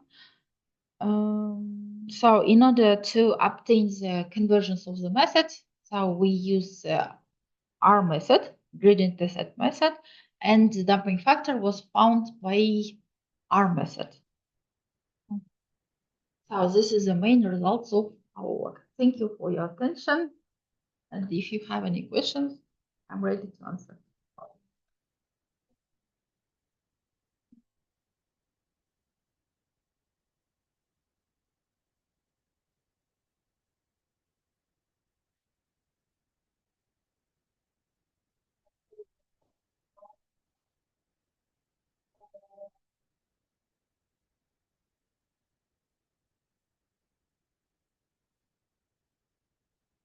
Okay, so my dissertation is made up of two parts. Yes, so this is the second part.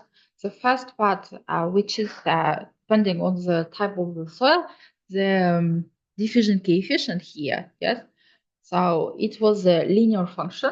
Okay, the first was. And for that one, we did a numerical experiment. We did some numerical calculations. So it proves that the method is working. Yes? We obtained also the conversions. But this is the second part of my dissertation. And here we choose the other type of the soil. So it's a sandy type of the soil. That's why here the diffusion coefficient will have another form, but we still didn't do any numerical experiment. So I plan to do it during the summer.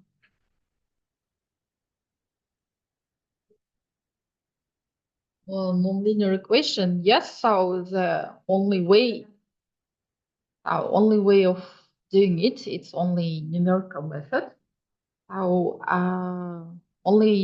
So as we are given two boundary conditions and initial conditions, so we can, and we have third order differential equation. So it's possible to apply the Thomas method. Solved by Thomas method.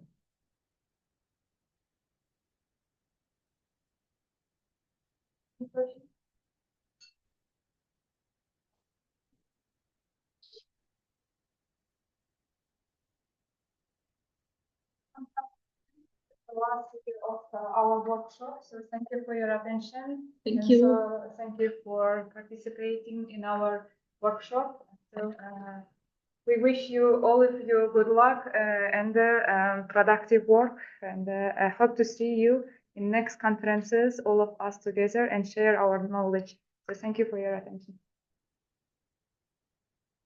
Thank you very much. Thank you.